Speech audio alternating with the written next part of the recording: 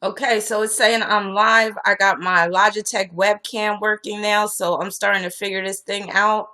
So let me see who is here. And I'm going to try to access my YouTube channel as well. Let me go to chat.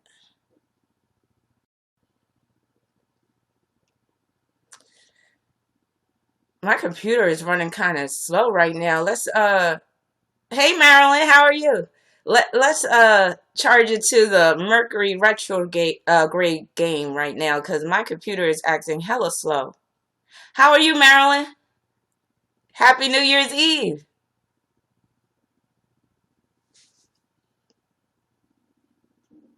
Thanks for joining me. So basically this is going to be an open discussion. You can say what you feel, say what's on your mind. Um If you are unfamiliar with who I am, I'm Rabina Rastavan, aka the Realist Astrologer. I have a YouTube channel and it should be streaming right now via YouTube, so let me check that. And also, I want to be able to access the YouTube chat as well. So if anybody can help me with that, if I can't get it myself, please feel free to contribute your expertise. So yeah, I'm like, okay, how am I supposed to access this from YouTube?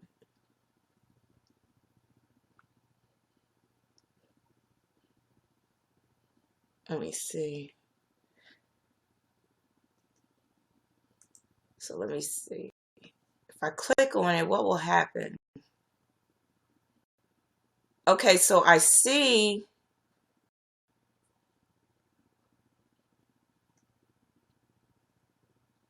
Okay, let's see. Oh, I see a chat now, but I don't know if that's probably from the video that already posted.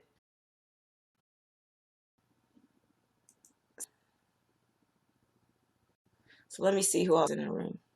Hey, Vonda. Thanks for coming back. Thanks for becoming a fan, Marilyn.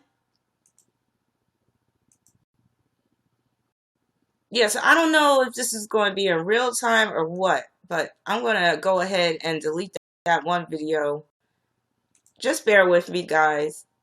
I am so not good at this. This is why I need to hook up with somebody that's like good with IT. For 2017, that's going to be one of my New Year's resolutions, to hook up with a good IT person and so they can help me get better with this, because this is like crazy. So I'm deleting that one. Okay, so hopefully the other one will come up soon. But I don't know how to access the YouTube chat room in real time, so let me see how I can do that. Oh, good. You watch almost all of my videos on YouTube. Good. I'm glad.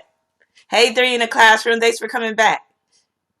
So we could get started while I'm trying to figure out how to access the YouTube live chat. We could get started on just talking about 2016. We could discuss our high points of the year, our low points, um, some of the crazier moments of 2016. 2016 was definitely crazy. I'm actually glad that it's on its way out. I'm ready for a new year. I'm ready for a new start. Some great things happened to me this year, but also it's been a real hard struggle in some areas as well. So I'm definitely looking for a new start. How about y'all?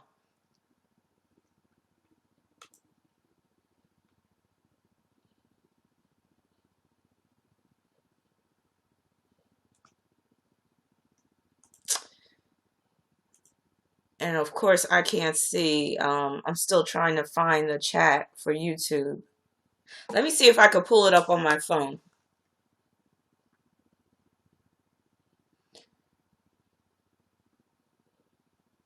So let me see. So I see a little window and it's saying the stream is offline. I don't see any chat. Let me see. Live streaming, go live. Live on you now, link in description. So how do, okay, here's a chat right here, but how come I don't, maybe nobody's on YouTube yet, because I do see a chat. Thank you. Yes. Cheers to new and wonderful beginnings. Thank you, Vonda. Same to you. So three in a classroom is saying 2016 felt like 2 years combined into one. Yeah, it seemed like a lot of stuff was crammed into 2016.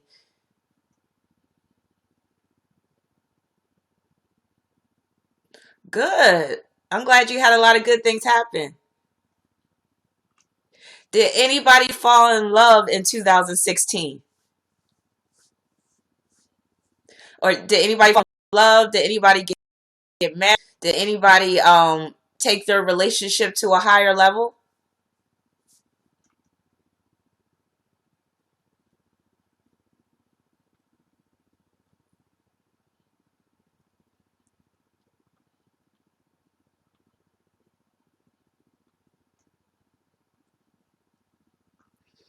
So any new love came for anybody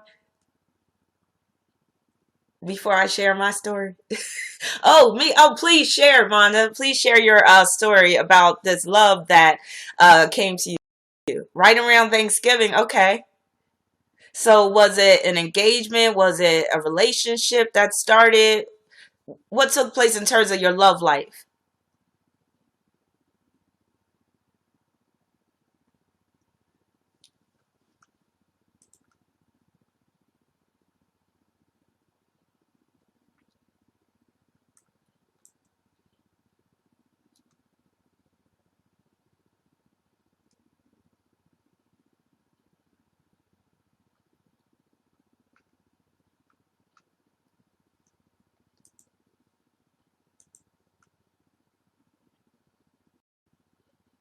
She said I was fighting it, girl. I had to let that go.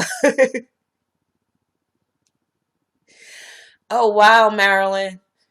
Yeah, Taurus and Gemini, that could be a very difficult match because Gemini is all about change and variety, and Taurus always wants to keep things the same.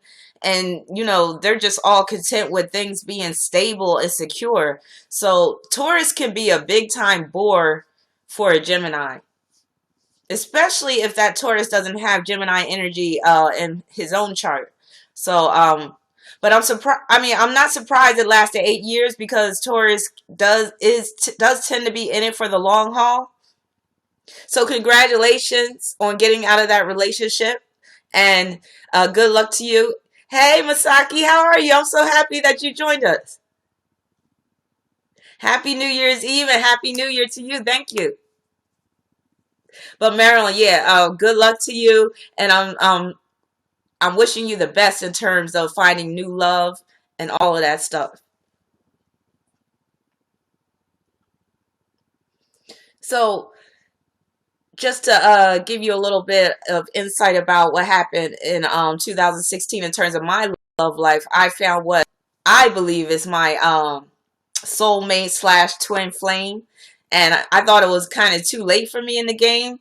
So never give up hope. I'll just say that. Don't give up hope if you've been single for many years, even if you haven't been married and you're in your 40s. Don't give up hope because that person may be right around the corner. And my twin flame slash soulmate, he came into my life when I least expected it. Thank you. When I was so ready to just be single and be alone and be a spinster cat lady, I had already resigned myself to just being single for the rest of my life. I was like, I'm cool with it. I don't need to be married. So thank you. So when he came into the picture, I was all acting big and bad and tough, and we had talked about we talked about marriage, and matter of fact, I brought it up first, and I was like, how do you feel about marriage, and is that something that you want to do? And he was all like, hell yeah, I want to get married, I want a wife. And I was all like, well, I don't think I want to get married. I love my freedom. I'm a Sagittarius. I was like, I love my freedom so much, and if there's no complications with being single, I can come and go as I please, blah blah blah blah blah. Fast forward to now, and I'm all over this dude. So, so yeah, I'm all in love and everything like that. So it's just funny how things can happen when you least expect it. Yeah, and I have Saturn and Leo in my seventh house. It's square Venus, so I naturally have relationship issues. And so I just thought, okay, well, the way my chart is set up, maybe it's not cut out for me to have a husband or have that normal relationship. And even considering, that I found my twin flame, there's still challenges involved. It's a long distance relationship at this point in time, but we are planning to come together very soon. So please, pray for me on that, or meditate for me, or send me your blessings, because we are trying to work things out so we can come together once and for all. So 2017 is going to be our year for sure. So that's just my little story on my love life for 2016. So anybody else have any stories about falling in love, getting married, getting engaged, getting divorced, having children? Did anybody have any new births? Oh, thank you, three to class. Yeah, I'm gonna try to get more candid and more open with respect to my life. Because again, like I always say, I'm the realist astrologer. So, what better way to help people learn than provide my own life as an example? Oh, so you were like me, Vonda, where you were ready to throw in the towel too until you met this beautiful king. Nice. What's his sign?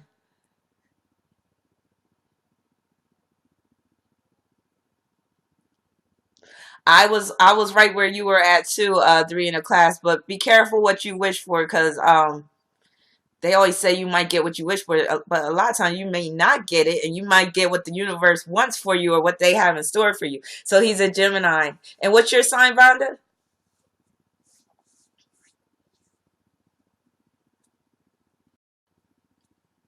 Aries, Pisces, Cusp. Okay, all right, nice.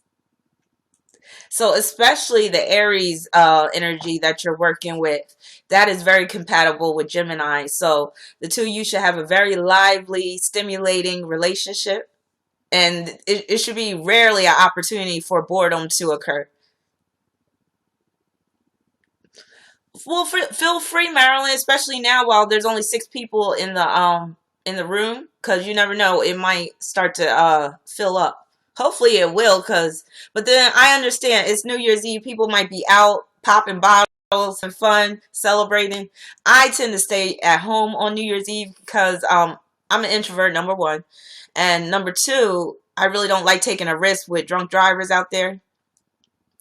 Yes, we are very compatible astrologically. We are both Sagittarius. There's some crazy factors in our synastry charts, like his Mercury is right next to my moon. Um, his Mars is right on my Uranus and Scorpio, so there's never a dull moment between the two of us. Um, we're both astrologers, so that's another plus. So it's very important to have a mate where you have common interests and where you can share the same passion. And I've never really experienced that in a relationship before. Well, actually, I was dating this one guy briefly who was in the tarot, but that was a disaster. But yeah, that must have been like the, what do you call it? That was like the smoke and mirrors before the real man came along. So yeah, we are very compatible. But even with the compatibility, there's still some challenges that we need to overcome, just like every couple. But I'm really optimistic, and I've never felt this way about anybody in my life. So there's definitely something magical there between us. Oh, another thing, we have the same numerology when you break it down to the single numbers. So we're both fives in terms of the single number, but I was born on the 5th, he was born on the 14th. So it both breaks down to 5, which makes us very compatible as well. Yes, 20. I'm looking forward to 2017. What are some of your do you have any New Year's resolutions, Basaki, for 2017?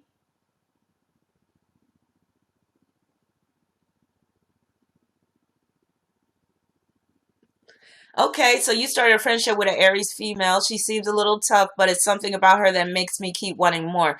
Aries can do that because Aries are great motivators.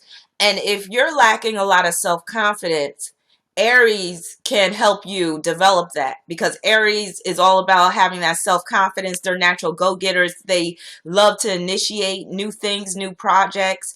They're trailblazers, they're pioneers. So if you need some of that type of energy in your life, or if you need more of that, then that could be why you gravitated towards that new Aries friend. Push hard and make it happen. I like that. My year count is 1 also. Yes. And Masaki, I think I remember seeing in the YouTube comments that you're at 26, right? So it makes sense when you said push hard and make it happen. 26, like I said before, is really good for business and just money in general. And also just acquisition. So like buying property. 26 usually does very well in real estate investments. 25 is one of those more trickier numbers. However, there's magic interwoven in the number 25. So you can do some really great things with 25 once you're able to really focus. Because the thing with 25 is oftentimes you get distracted from your purpose or your goal. And that usually deals with the people that you're involved with. It could be people in your family. It could be people that you work with. It could be your lover. So with 25, it's all about knowing how to discriminate and use your reasoning. So once you could do that, there's no stopping you, because the 25 breaks down to 7, which is a very magical number. It's a very spiritual number. So what you can visualize, you can bring out into the physical world, or you can manifest into the physical world with the number 25. The problem with the number 25 is you are prone to deception, lies, and illusion. So you always have to be extra careful when dealing with people that you're not very familiar with. So Masaki says, I have a 88 in my numbers, and will be a lot of changes, and people will be looking for answers and coming to people like you in 2017 into the future. I hope so, because I'm ready. I am really ready to take my business to the next level. I have, a few projects that I'm working on that I hope to bring to fruition in 2017. So yeah, and one of the good things about 2016 was that I was able to triple my sales. Oh, thank you for that feedback, 3 in a classroom. I was able to triple my sales from last year, and actually from all previous years of doing business. So while I'm not exactly where I want to be financially, I have experienced a tremendous amount of growth, and it's mainly due to the growing popularity of my YouTube channel. So I'm ever so grateful for having the viewership that I'm getting. I'm constantly getting new subscribers. So it feels really good to finally put myself on the map and to keep pushing forward. And I just hope 2017 is just a year of major growth for me, especially financially, because it's finances that's always been my Achilles heel. And it's mainly because of my own poor decision making at times. And sometimes I can be undisciplined when it comes to spending. I'm a Sagittarius, please forgive me. But if you know anything about Sagittarius, or Sagittarians, one of our, hey Apollonia, thank you so much for joining me. I'm still trying to access the YouTube chat. I'm gonna have to ask my daughter. Matter of fact, let me text her and ask to get her phone, because I don't think, or let me look and see if I can pull it up on YouTube right now. Is there a chat going on? But what was I saying? Oh yeah, I was saying I'm a Sagittarius. So one of my weaknesses is money. Money, saving money, just forget about it. It ain't happening with me. Spending money, being more prudent. So I definitely got to get better with my finances in 2017, but I also want to bring in much more money than I did in 2016. But like I said, I was able, hey Denise, thank you for joining us. Yes. Isn't that terrible, Apollonia? Like, and the thing is, I'm not the type of person where, I just spend like crazy, but I'm also not the type of person that can stick to a strict budget and deny myself certain things that I feel like I should be able to get no matter how much money I have in my pocket. So I'm not good at like depriving myself. I'll say that. I'm not really good at depriving myself on little things, and it could be like little pleasures in life. That's what I'm saying. Say for, yeah. And the thing is, Sagittarius can be so bad with budgets is because we don't like routine. And we're all about freedom, and we don't like our freedom to be curtailed. So that even includes when it comes to spending.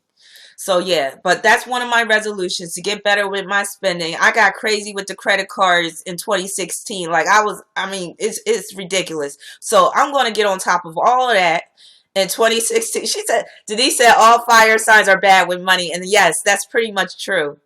Especially Leo, because Leo, they like to always look good. They always like to dress the part. They when they see beautiful things, they can't resist. So at least I'm not as bad as Leo, but I do have my problems. Yes. So I'm glad to know I'm not the only one. So Apollonia, we're going to get it together in 2017. And I'm so grateful that you posted that on Facebook earlier today about entrepreneurship, because that is so true.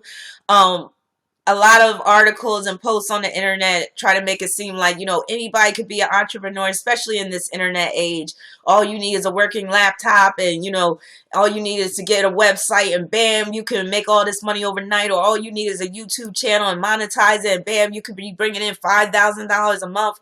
Well, that might have worked for some people, but for other people, we got to work a lot harder. And it's not all just about the internet as well. So yes, Vonda, the debt is the devil. The tarot, in relation to debt, that's the devil card. So that is so true.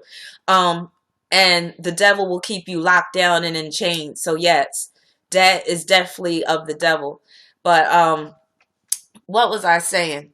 So please feel free to contribute. Like I said, you could start throwing in high points of 2016, your low points. What was some of the craziest stories? Like we had, so Apollonia is saying Jupiter transits my eighth. It's time to get this credit together. But yes, entrepreneurship is tough. It's not successful overnight. Amen. So true. And most entrepreneurs will tell you that they went through long periods of instability, uncertainty. They had doubts. There were times when they wanted to give up, throw in the towel, call it quits, but they stuck with it. And at the end of the day, they became successful, and it was worth it. So that's my whole goal. Oh, thank you so much, Masaki. And thank you for being such a loyal follower and viewer. Thank you so much. Um, so yeah, one of the crazy parts of 2016, of course, was this election, and with Trump winning. And even though I do psychic and astrology readings and all of that, I couldn't predict Trump winning. Actually, I thought Hillary had it in the bag. I was surprised, like a lot of us. Now, I didn't delve deep into the astrology of the matter with the elections and looking at all their charts, but I glanced at Hillary's real briefly, and I saw this aspect that she had, and I was like, okay, looks like she might take the election or whatnot. But bam, we were thrown a curveball, and Trump actually made it into office. And I was just like really stunned, like, wow. And I'm like, that really, made me wonder where this country is really headed and what the powers that be have planned for us, because uh, Trump is all about division, and I just don't really see him being qualified. Not saying that a lot of prior presidents were really, but okay, Apollonia, I'm feeling you on that. Our readings were accurate. Hillary did win. Trump was appointed. Yeah. So yeah, that whole electoral college thing is a motherfucker. Excuse my French, but yeah.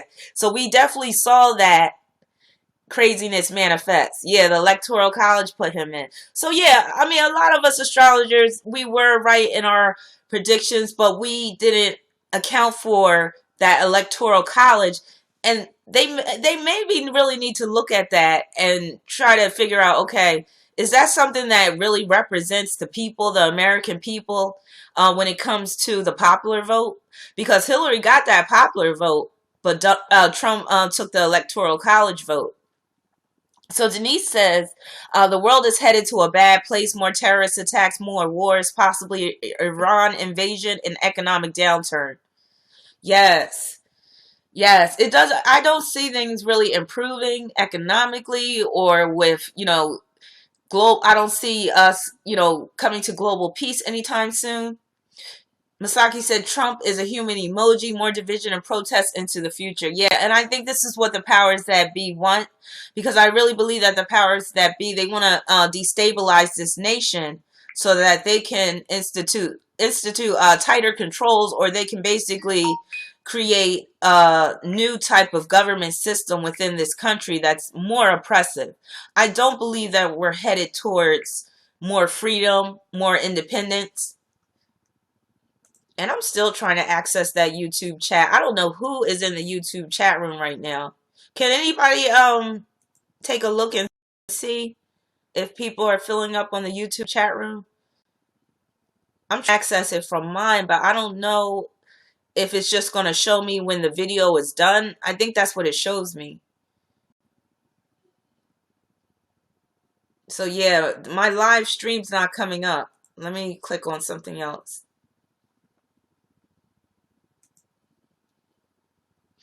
So Apollonia is saying Uranus in Taurus, I think there will be more poverty, but the last time Uranus was in Taurus, it produced the most self-made millionaire. Oh, I like that. I might, shoot, since you said that, I might start playing the Powerball again. Okay, just click on your YouTube videos and pull up chat. Okay. So just click on your YouTube videos and pull up chat. Videos. Let me go to my channel. So you might have to explain this to me like I'm a 3-year-old. So go to my, oh, and mind you, I got, wait a minute. My sun is conjoined to Neptune in my natal chart. So while I'm a smart cookie, like I'm a real smart cookie, I'm highly intelligent. I've been tested as gifted and talented in 2 different elementary schools growing up. But I have to admit, sometimes I could be a little loopy, especially when it comes to like understanding technology. And when I got to read instructions, and if there's more than 3 steps, I'm lost. Like, I'm just like, huh? So yeah, when it comes to, oh, you guys suck each other. So do you feel me on that? Like, sometimes you just be like, I don't get it. Yeah, I have my moments. So, okay, so you said click videos. And then I hope this works. So I click videos, and then you said click chat. Now where's chat? I don't see chat. I see grid. I see lists. I don't see chat. Okay, so I'm on my video playlist, but I don't see chat. Can you tell me anything about a person born 6/5/83? Okay, so without pulling their chart, and I'm going to pull their chart in a minute. So 6/5/83. So that right there is a Gemini. That's what I would consider a double Gemini, because they're born on the 5th. And 5 is the number of Mercury. So that's somebody that, just off the bat, if you have a hard time dealing with Geminis, or if you just find them to be a little bit too shifty, a little bit too, flighty, then this particular Gemini is going to be even more so. So do you find that you tend to be very like shifty, or it's hard for you to settle down? Do you have a lot of nervous energy? Number one, with that birthday, you're very intelligent. I'll tell you that. And you're very good with communication, very well spoken, love to learn, love to read, and you're pretty good at writing as well. And it makes you very versatile. And it's interesting with you being a 6/5, being born on the 5th, it's interesting that you stay with this Taurus gentleman. Because, wait a minute, weren't you saying that you were in a relationship with a Taurus for 8 years? It's interesting that you were able to stay with that Taurus for so long. Because you need variety. Let me just see something.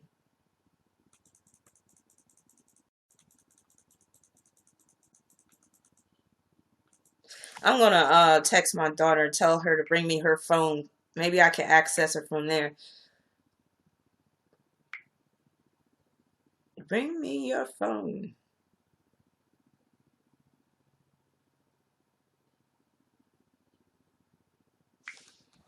Okay, so June 5th, 1983.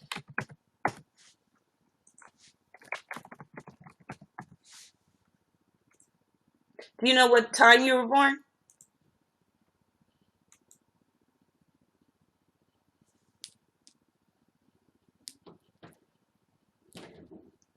She said, okay.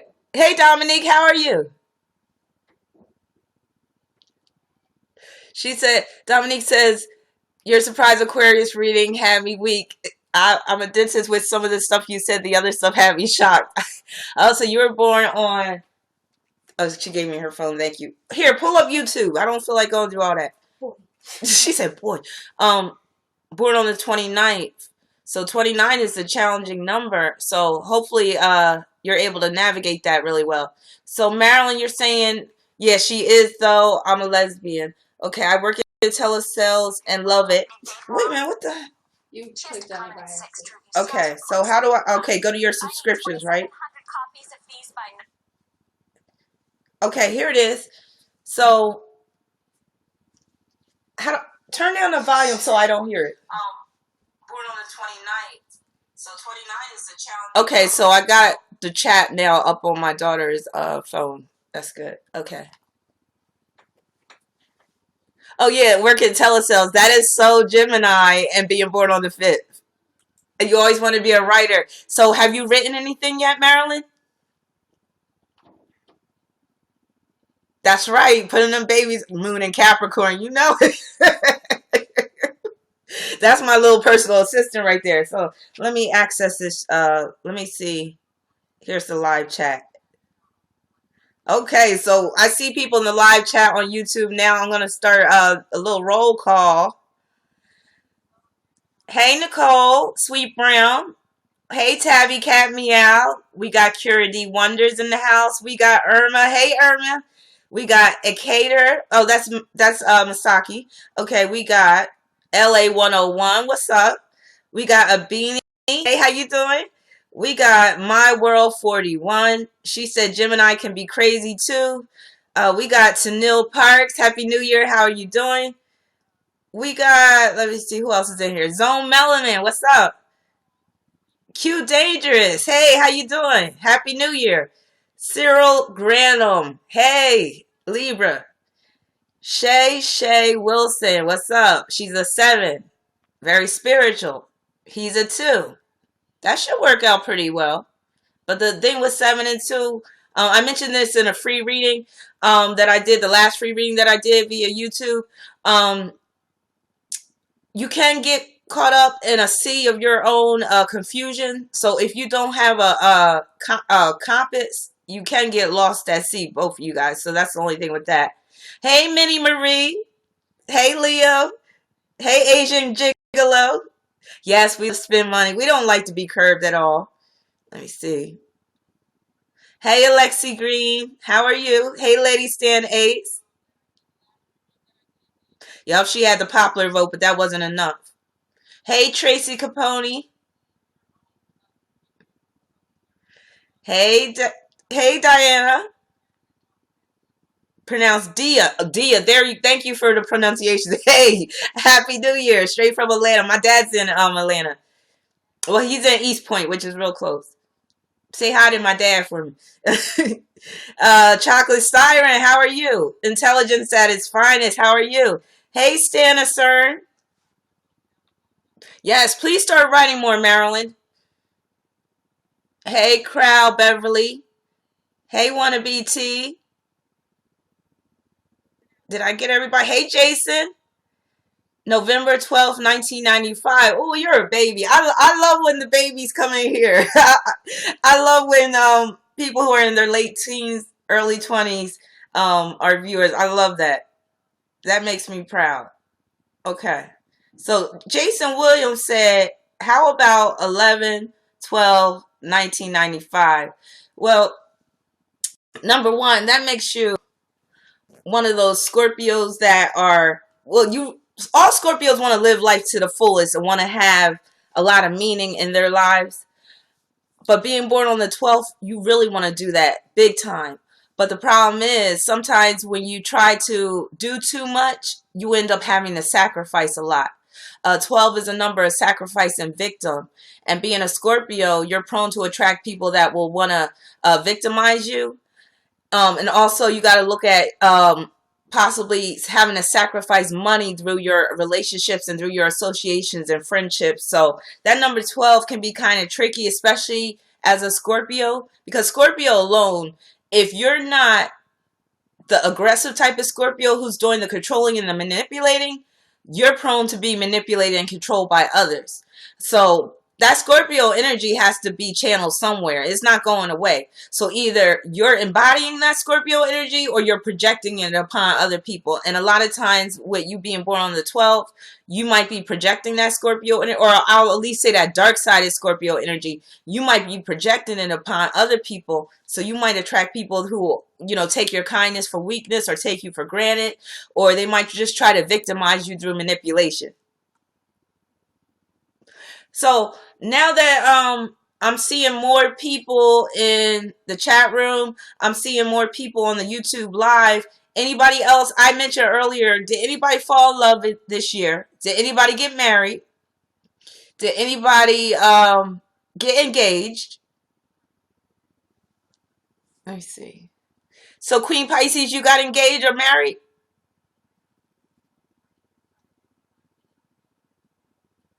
Now Denise, you being born on April, is that your birthday or is that a love interest? You said it was the worst year for you? Oh. Well, I'm sure 2017 will be better. So you fell in love with a Capricorn. Nice. That is so beautiful for a Pisces. Pisces and Capricorn works very well. So let me see. What else is going on? I noticed that it is a delay, but I can see the comments coming from you to now because I'm using my daughter's phone. Let me see. Gemini.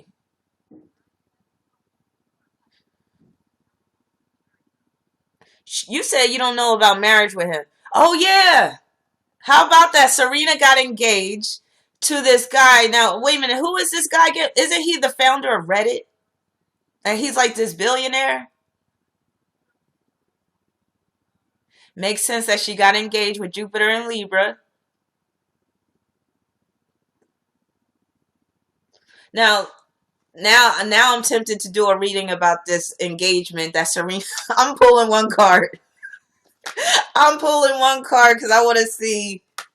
Okay, I'm just gonna pull one card to represent the theme. Okay, he's worth a few millions.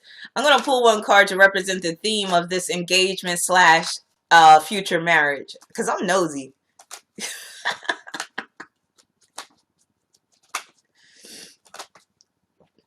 Everyone is saying he's broke compared to her.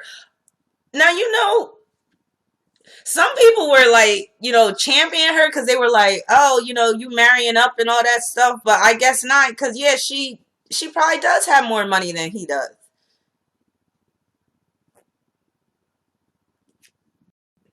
Okay, so this is interesting. I got the Wheel of Fortune to represent their engagement and their future marriage. This Wheel of Fortune can be tricky because what goes up is going to come down eventually. Now, you can look at this card as of destiny unfolding, but you can also look at it as somebody is trying to hitch a ride onto somebody else's success. So who is trying to hitch a ride onto who? So if we know that Serena is the one with more money, maybe it's this Reddit dude that feels like this is a natural come up for him. Apollonia said, them folks mad because he a white boy and Serena is known for being very pro-black. Honestly, when I found out that she was engaged to this dude, it did throw me for a loop because I was like, hold on. I thought that I didn't think she was down with the swirl. Not saying there's nothing wrong with it, but I thought she was into types like Common and whatnot. But somebody had posted on Facebook, they were like, well, the black dudes, they had a chance, but they didn't know how to treat her or whatever.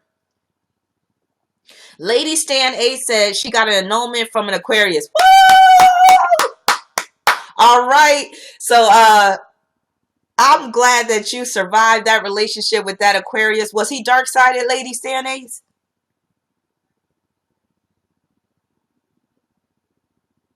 Crowd Beverly moved to Alabama. Congratulations on your recent move.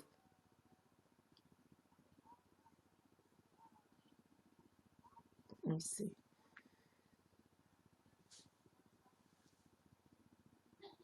So yeah, so somebody got an annulment. That's what's up. You know what? And that's another thing we gotta like. We always gotta be flexible. Just because you get married, sometimes you get married and you realize you made a mistake. That doesn't mean that you need to be stuck in that marriage. Now, if you have children, that's different. I believe if you have young children and you get married and then you determine that you made a mistake, you definitely need to put those children first and keep that in mind before, initiating any type of divorce. But if a marriage is so unbearable that you feel like you can't thrive, hey, Latasha, thank you for joining us. You feel like you can't thrive. You feel like you can't get ahead. You feel like, you're just suffocating or you're just dying inside. Then, hey, it's better to get divorced than be stuck in an unhealthy, lifeless, just unhappy marriage. I mean, it's not worth it. Lady Stan Ace said that this Aquarius was a sociopath, which to me means he was dark-sided. Let's get into Aquarius a little bit, because I did the Pisces video last night, but the video I did before that was dark-sided Aquarius. And I noticed that people in the comments were talking about how Aquarius basically can be sociopaths. Do y'all agree with that? And I'm talking about the dark-sided Aquarians now.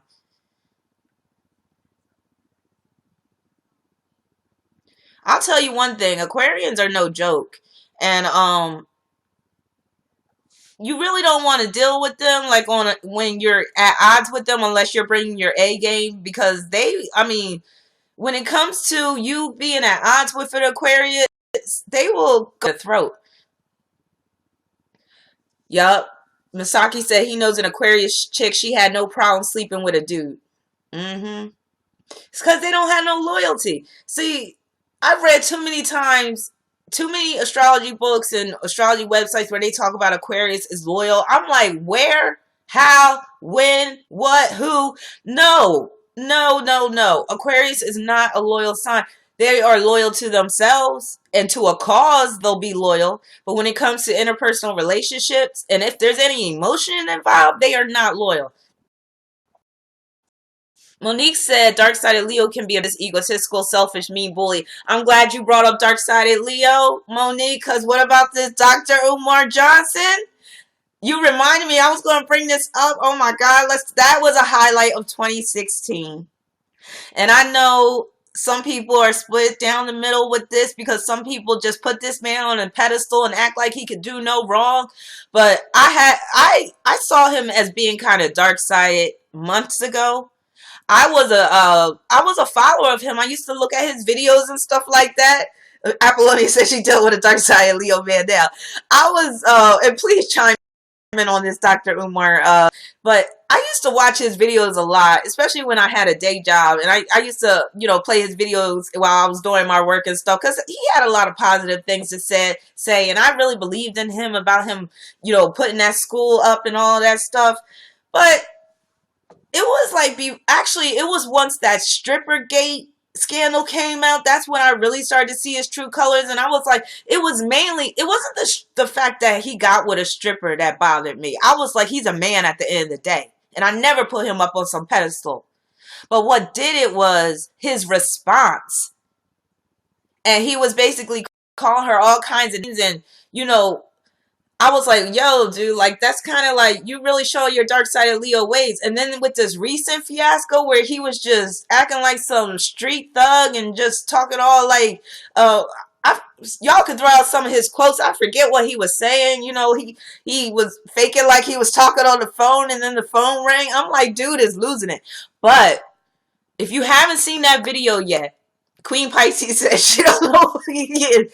If you haven't seen that video yet, check it out, because that is a textbook example of dark-sided Leo and how they could go off deep in when their ego is being bruised, or when their confidence is shaken, or when they're being threatened, like their lofty position is being threatened. And one thing to never forget about Leo is the sign of the king.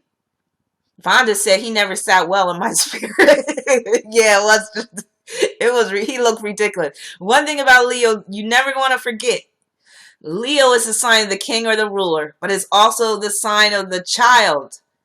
And just think about kings. Think about dignitary. Anybody that's a ruler. Usually, chocolate sirens say he's a fraud. Anybody know what year he was born? Because I know he was born on August 21st. I don't know what year though, because I do want to pull his chart. But like I said about Leo, they are children, but they're also kings. And just think about kings, or even the president of the United States. Do they know everything? Are they really the ones in charge? No, it's usually the team of advisors that they have around them that know better than they do. So even though Leo is a natural leader and they like to, be very confident, and they can lead, if it's not for their advisors, then a lot of times they are going to be very childlike, especially when they feel threatened. And they are going to lash out, and they are going to have these little temper tantrums and go into these tirades. Leo can be very domineering, and they can be very tyrannical, just like Aquarius can be. But Leo is all about ego, where Aquarius just does it because they just want to be tyrannical and will control, and they just have this absolute power thing with them.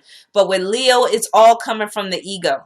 So Latasha's 1974, is that Umar's birth year?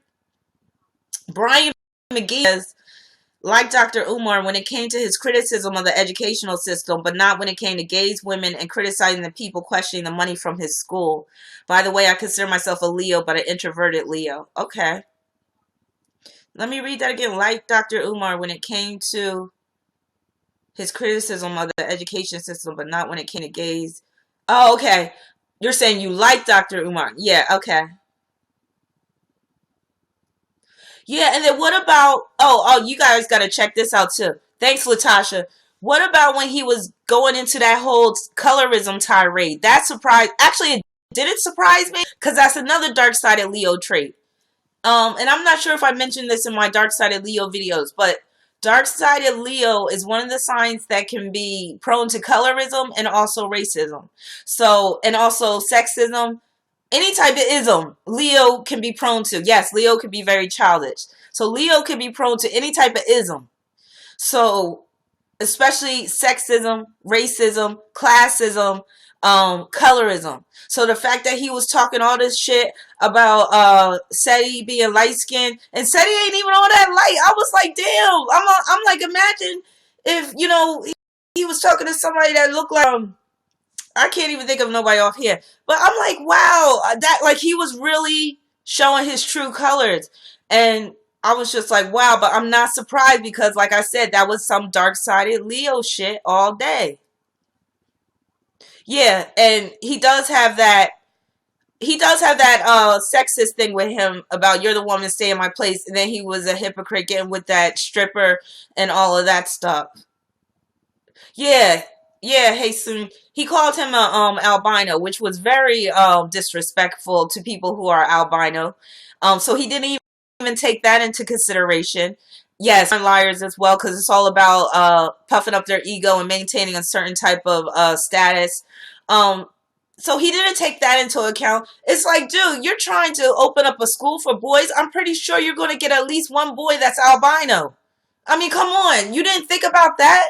Or you're a school psychologist. You don't think that one of your students one day might be albino and they might go and look at that video one day and be like, oh, wow. What does he really think about me then if he's, calling this one dude out? So Umar Johnson really needs to check himself. I feel like he's at the beginning of his downfall. And if he doesn't get it together and make a video where he is apologizing, then I don't really see him really being able to progress much further. So Lady Stan A said, I'm a hardcore alpha female and Aquarius guys have pursued me the most in the past decade. Why? Help. that's because you're a hardcore alpha female. And Aquarius guys, they like a challenge.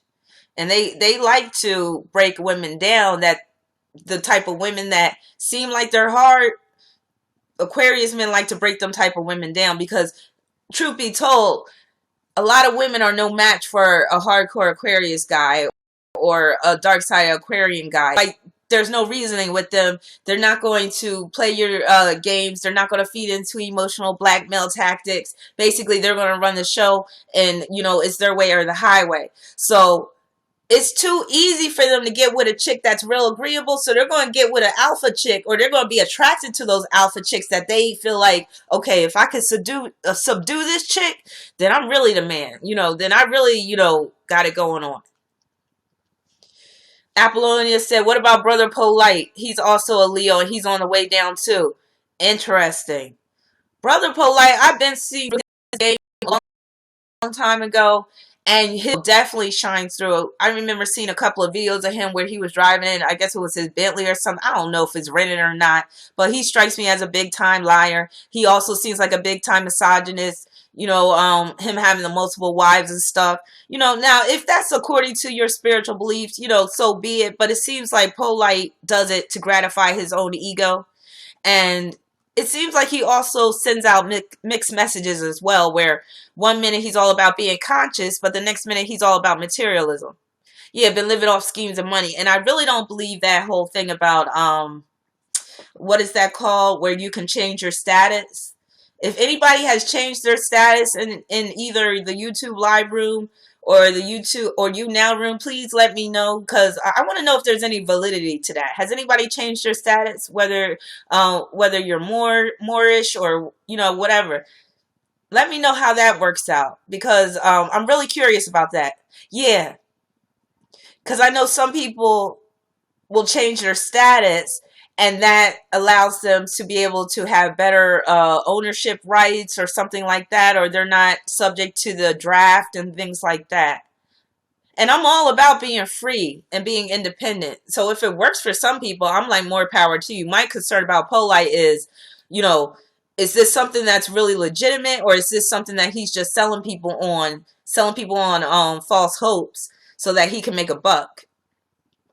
So Masaki is saying you could do it, but if you're not a paralegal, you could end up in prison. Oh, shoot. See, you don't want to mess around with the law like that. Lady Stan 8 says, he is devastated that I did not fall in love with him. I sent him away with his dick tucked between his legs. Ooh, wee. Oh, wow. So he was no match for you, huh? That's what's up. So let me see. What else are people saying? Who else wants to chime in on this, Dr. Umar, before we move on to something else? Because he was wilding out in that video. I was just cracking up. First of all, my first reaction was my mouth was like wide open. Then I was all like, huh? What is he talking about? Then I was just laughing. Because, he was so emotional. And he was so angry and upset. Like, you could tell his ego was really bruised. I mainly think it was because Seti talked about his big stomach and about him trying to push up on students' mamas to get some ass, which is probably true. So Marilyn said my ex is going to see him tomorrow night. He's going to be here in Atlanta. So Apollonia saying Seti cussed him out first. Yeah, and for a Leo, he couldn't ignore that. And the thing is, Seti got personal. And you can't get personal with a Leo and expect them not to clap back. Yeah, he definitely threw a hissy fit.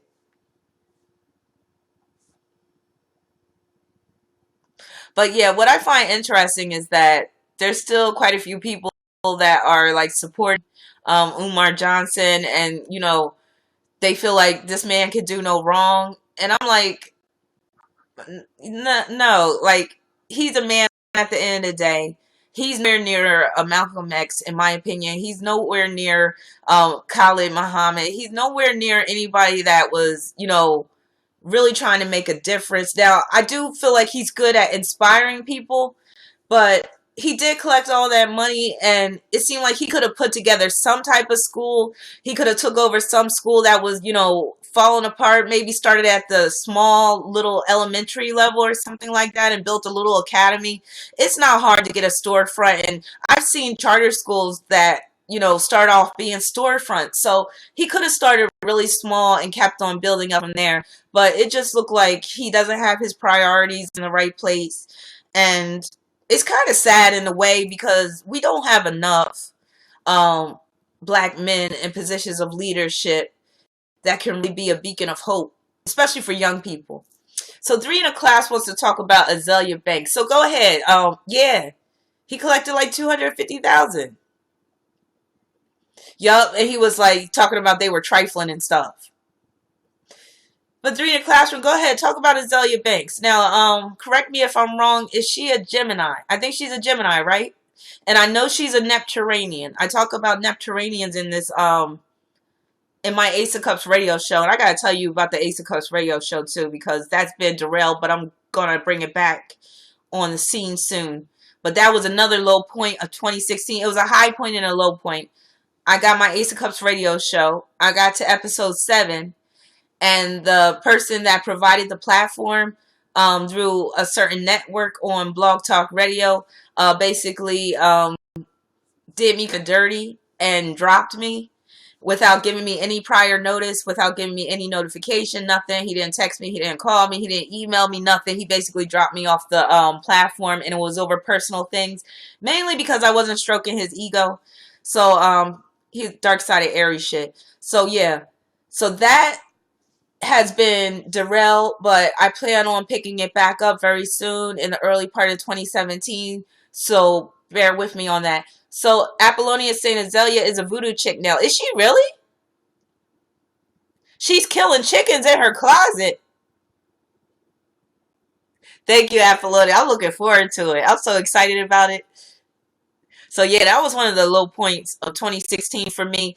I had that radio show going, and then that dude that was all about hateration dropped me. But the funny thing is, and this is a lesson in synastry, when we first connected and we agreed to do the radio show, and he would provide me with his platform, I pulled his chart and put it against mine, and I saw some negative aspects between our charts. Namely, his Mars was in square to my Venus, and that's never really good for any type of relationship, whether it's a love relationship, marriage, business, what have you.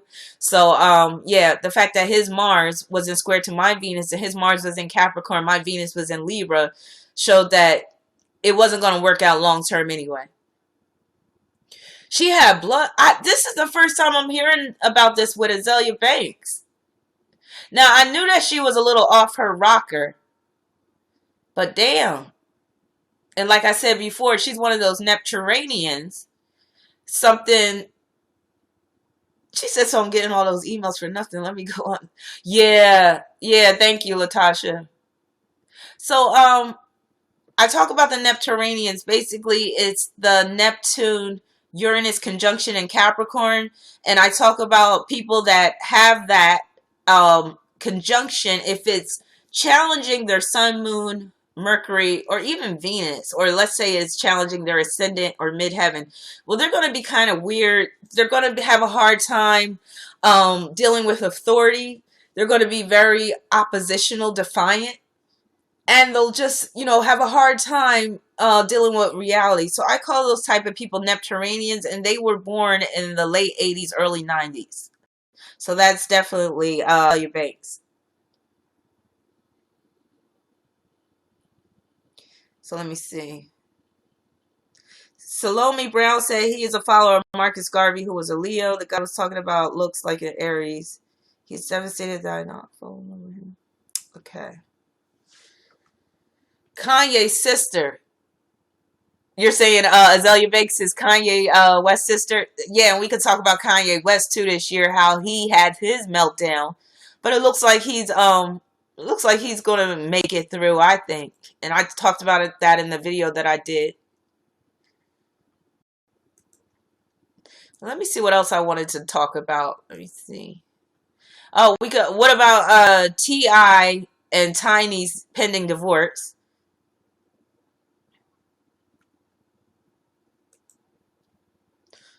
What do you guys think about T.I. and Tiny getting a divorce? I'm actually like, I'm surprised they lasted this long. It's the devil's house. Yeah.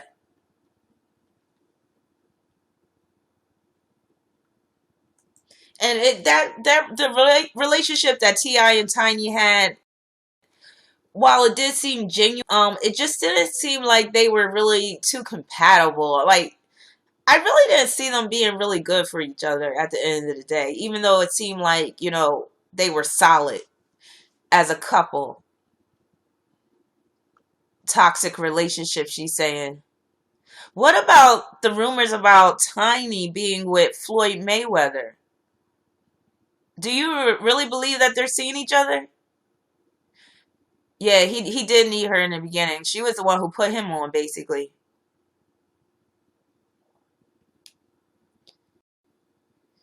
Cancer, he's a Libra. Oh, right off the bat, that's a hard combination. Cancer and Libra. Oh, Lord. And I know he was cheating on her. Wait a minute, who's a Pisces? What? No, T.I. is a Libra. I know he's a Libra. Isn't he? Oh, Mayweather's the Pisces. That's right. Mayweather's the Pisces. Tiny is the Cancer. But Tiny has a Libra moon, so that explains why she was able to deal with T.I. for so long. So, but that's a easy match. Pisces and Cancer, so Mayweather and Tiny. So no wonder. And her moon is conjoined to her sun. Wow, thanks for providing that insight, Apollonia. So that, there you go. That explains why they were able to last so long. And it also explains their connection, mainly due to them being parents. The whole co-parenting being, the kids keeping them together. Wow. Yeah, Mayweather said Tiny intrigues him. That's interesting. That's something a Pisces man would say.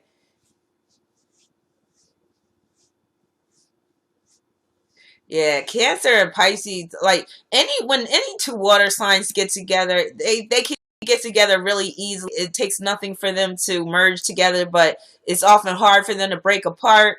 And the problem with two water signs together, there's no logic, there's no reason unless somebody has some healthy air in their chart, or also earth as well. The relationship could be highly impractical when you got two water signs together. Right? Me too. Yes, Pisces are sneaky. Sneaky Pete. So is that Mayweather's worth? 800 million? Mayweather is a smart dude. I did some research on him like a year ago.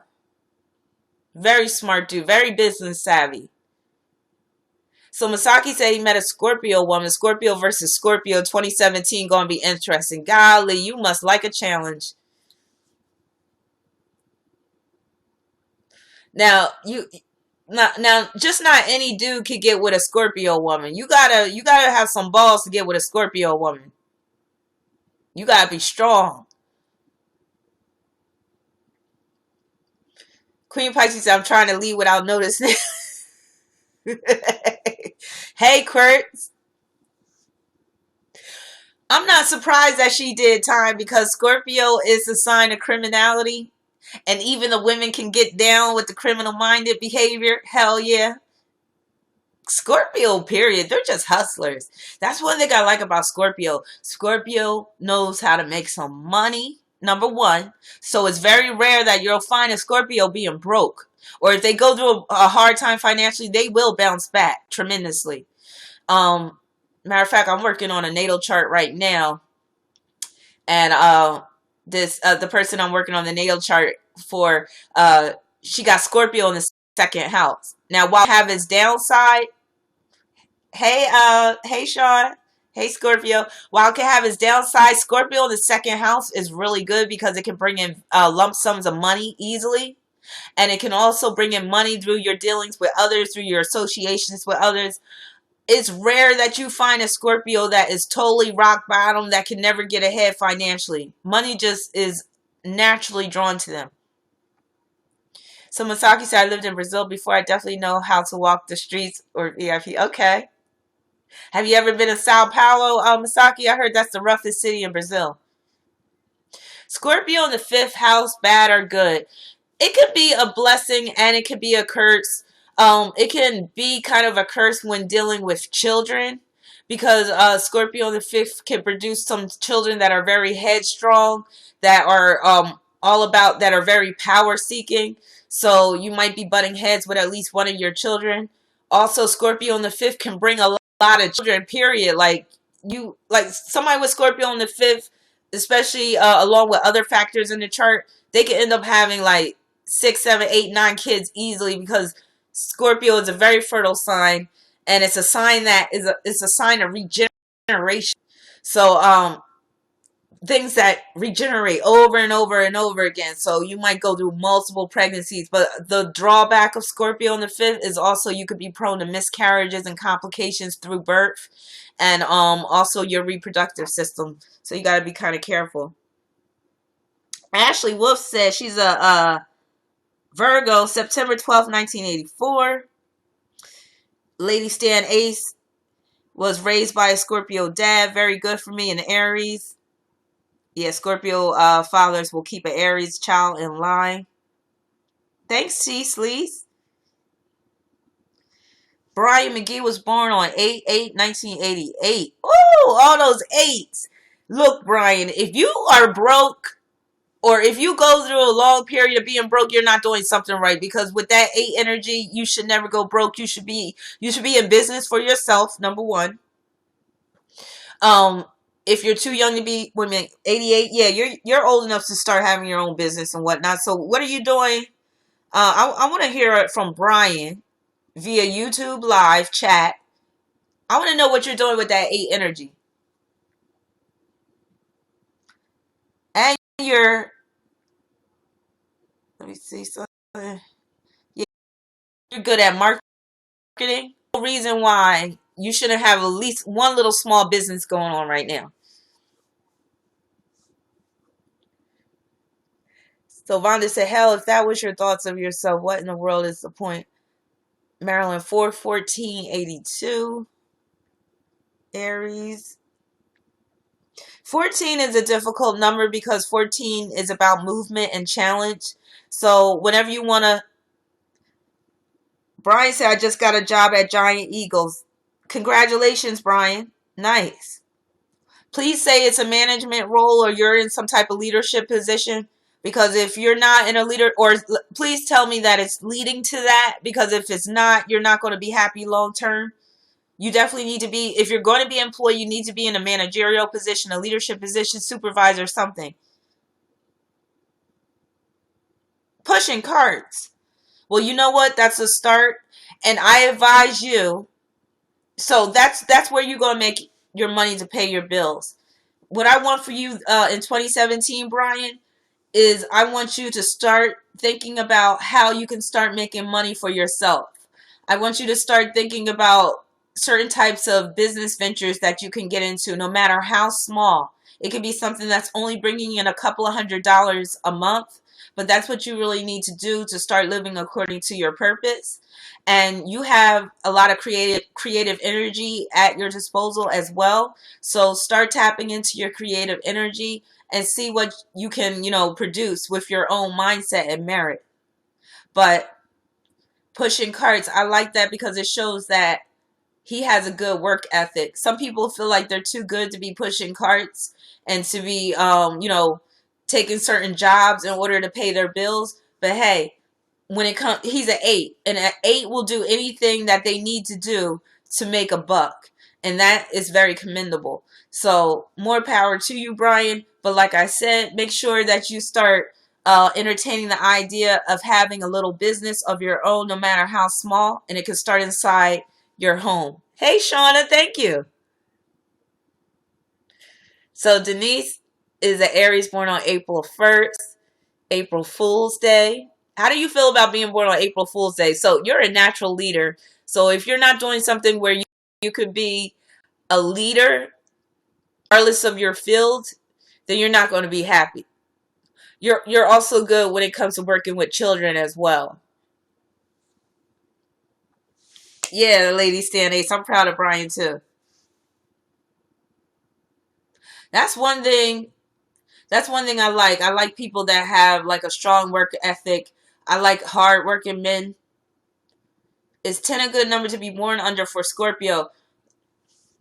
Let me tell you something, Sean 37. 10 is an excellent number for being born under Scorpio because, again, it goes back to that ability to get money and you will have major come up. Your brother's born on the same date. Wow. You will have major come ups in life, especially financial come ups. But the problem with being born on the 10th is you're often easily subjected to the influences of others. So if you're not around positive minded people and people that are, headed in the same direction you're headed in, then you could go down a wrong path simply because of the people you associate with.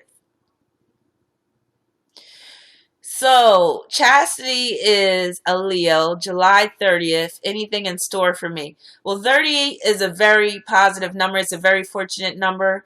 You being a Leo, you need to, I'm going to say this. It's good for you to set aside some money every month. I would say as little as $5. Set aside $5 every month and play lotto. I guarantee you're going to win something in 2017, and it's going to be over $100.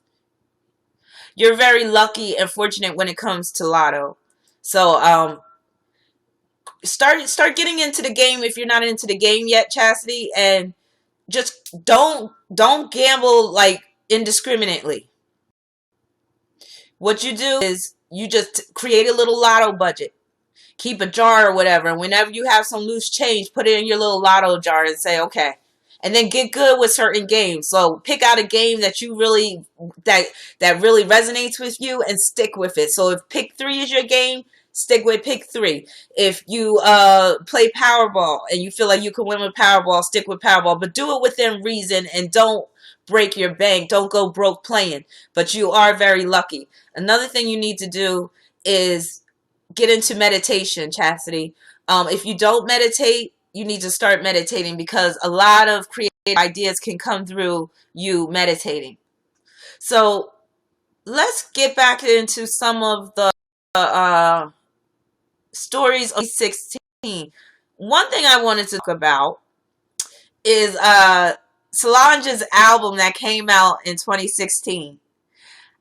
I love that album, and I feel like she really redeemed herself. I feel like she gave her sister a run for her money. I feel like she kind of blew Beyonce out the water because I am really feeling that damn CD, especially the songs, of course, Cranes in the Sky, Don't Wish Me Well. Um, what's the other one? Fubu. What's the other one that I really like? I'm 3 in a class said I don't care for Beyonce. I really don't either. And the thing was, I had started off listening to Solange's new album, but I wasn't really paying attention to it. So I was like, huh.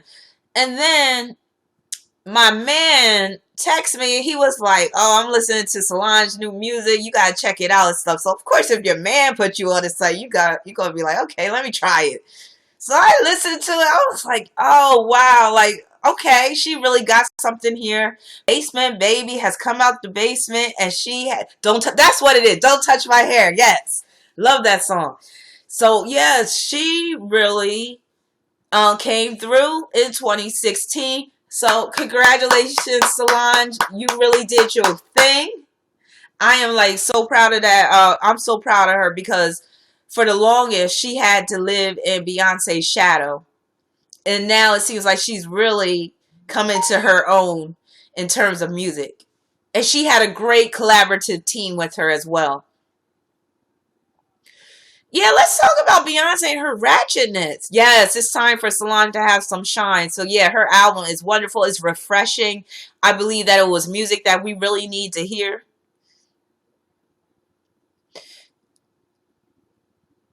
Oh, you can get a one-on-one reading by going to my website, let me type that in, rabina.com.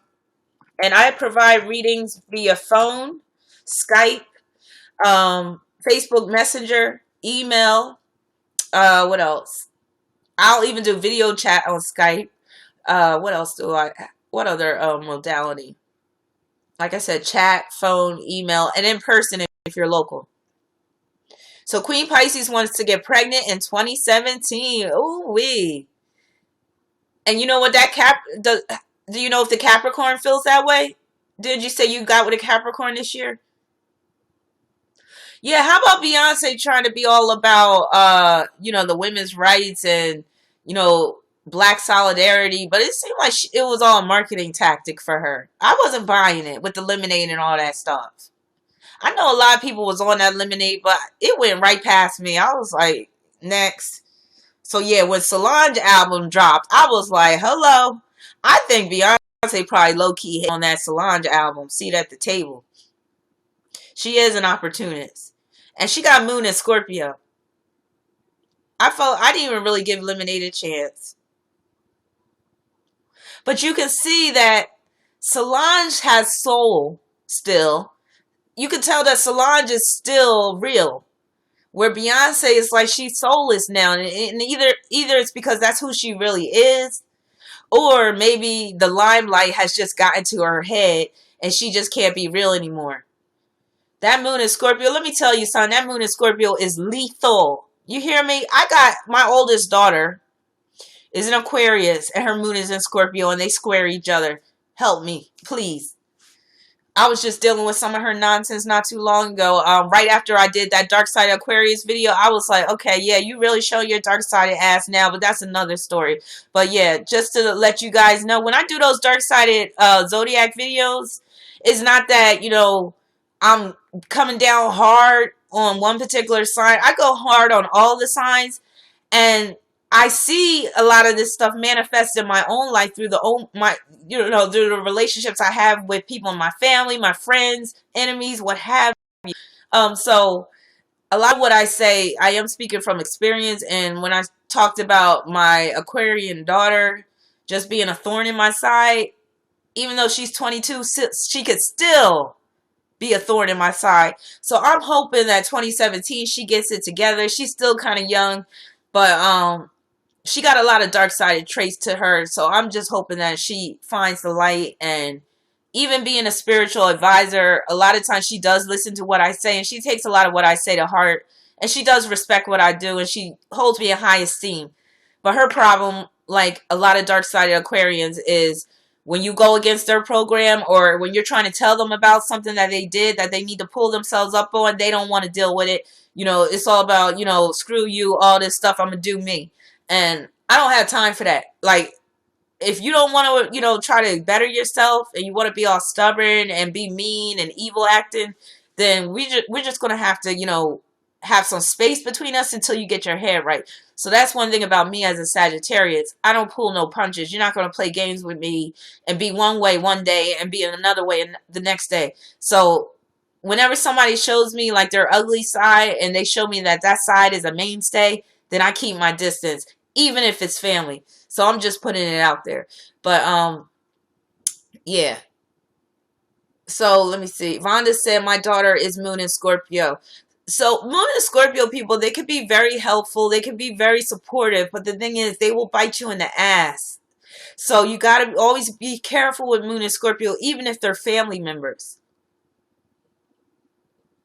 Yes. So Sean 37 says, my sister is a hardcore Sagittarius with a Moon in Scorpio. Wow. And see, my sister, I got a sister that's the opposite. She's a Scorpio with her Moon in Sagittarius. Both combinations can be off the chain. Like, but they can be big time supporters. They can really like encourage you to go, over and beyond your threshold. That's what I love about them. Moon in Aries tends to be, really go-getter. What I like about Moon in Aries is that they are natural warriors. They are fighters. They don't, they just have this, fighting spirit within them. They don't say die. They don't, they don't let setbacks deter them from moving ahead. What about the gender bending? Are you saying in general, Masaki? Yeah. Uh-huh, Sean. I'm the same way. Yeah, keep throwing me mixed signals and I'll cut your ass off. Or keep being two-faced, I'll cut your ass off too. I don't play that because the way I am, yeah. How about that National Geographic cover? They are really like promoting that.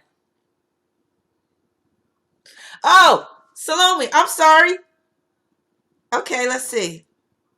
Oh, I'm sorry. See, I get distracted. So Salome says, I'm tired of Beyonce. It was marketing. Yup, Beyonce is an 8.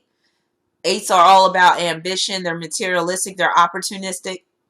I don't fool with them Scorpio folks. I really don't either, like, unless I have to.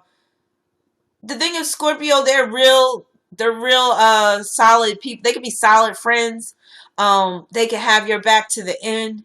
But when you get on their bad side, it's ugly, and it's almost like they want you to disappear from this earth. Let me see. The right Sagittarius for life. Ashley. My father is a Sagittarius. My mother is a Cancer. So, wow, Brian, that's interesting. Sag and Cancer typically, they clash. I typically have a hard time.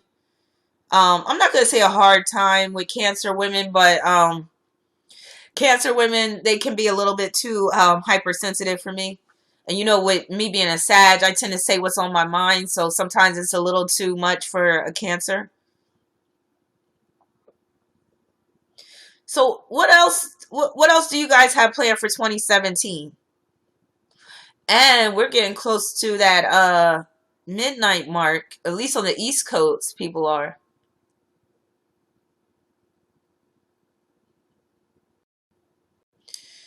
Apollonia can't stand Cancer moons, Cancer women.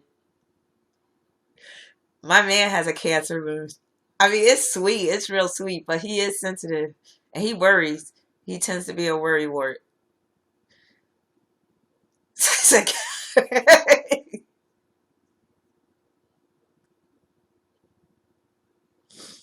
So let's see.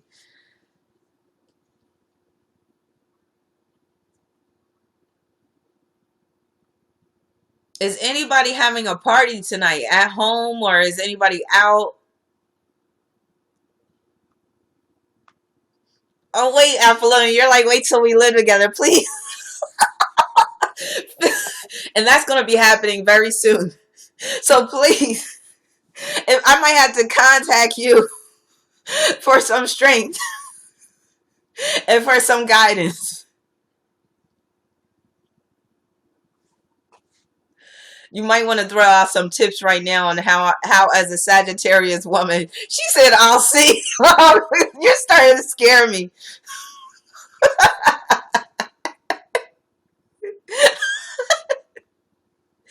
Vonda said, I cut off a Cancer moon. I'm Aquarius moon.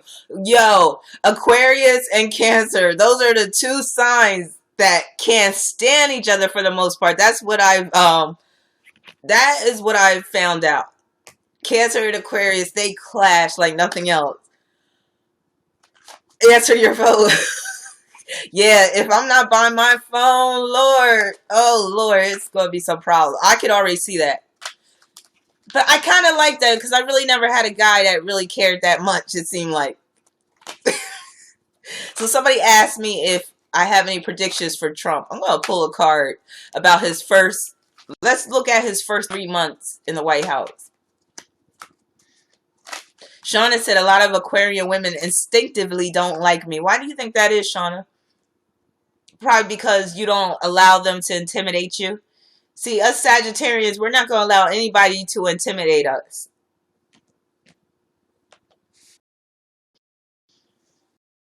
When you say, and she's referring to Cancer Moon, when you say you go into the store, only go there. Don't make a beeline trick because he's going to get mad. I can see that happening. Yeah, I can see that happening. You said you was going to the store. You've been going 45 minutes. The store is only 10.5 minutes away.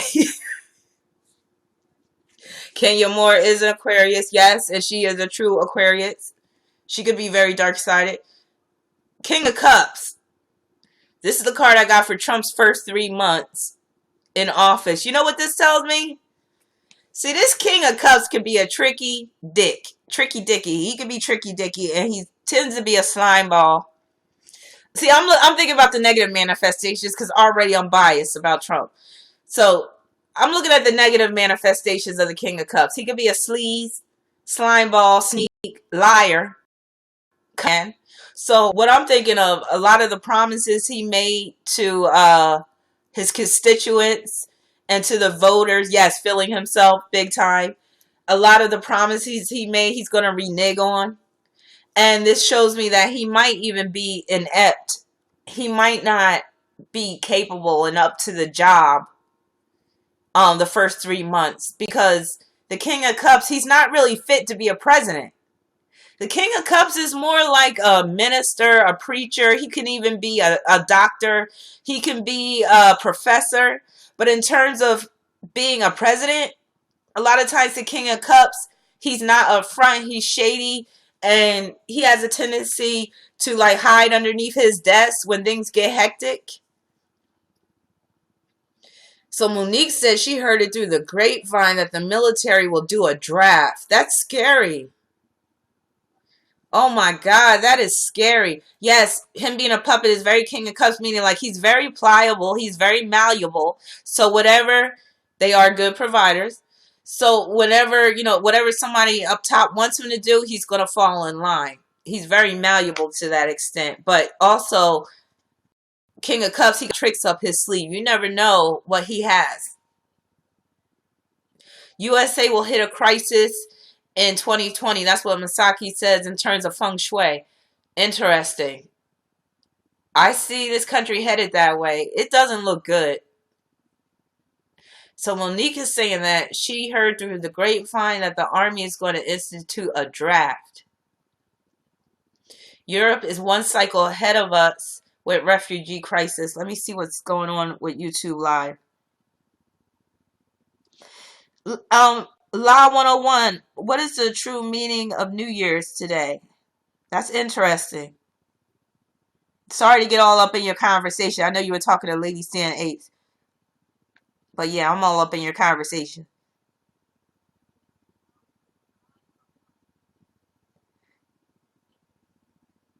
So Dia said, I'm at work now, so chatting with you is my New Year's Eve party. Yay! So yeah. So who else is throwing a party? Is anybody got some hors d'oeuvres or appetizers? Growing up, we used to always make appetizers for New Year's Eve, and we used to watch Dick Clark's Rockin' Eve and watch the ball drop and all that stuff.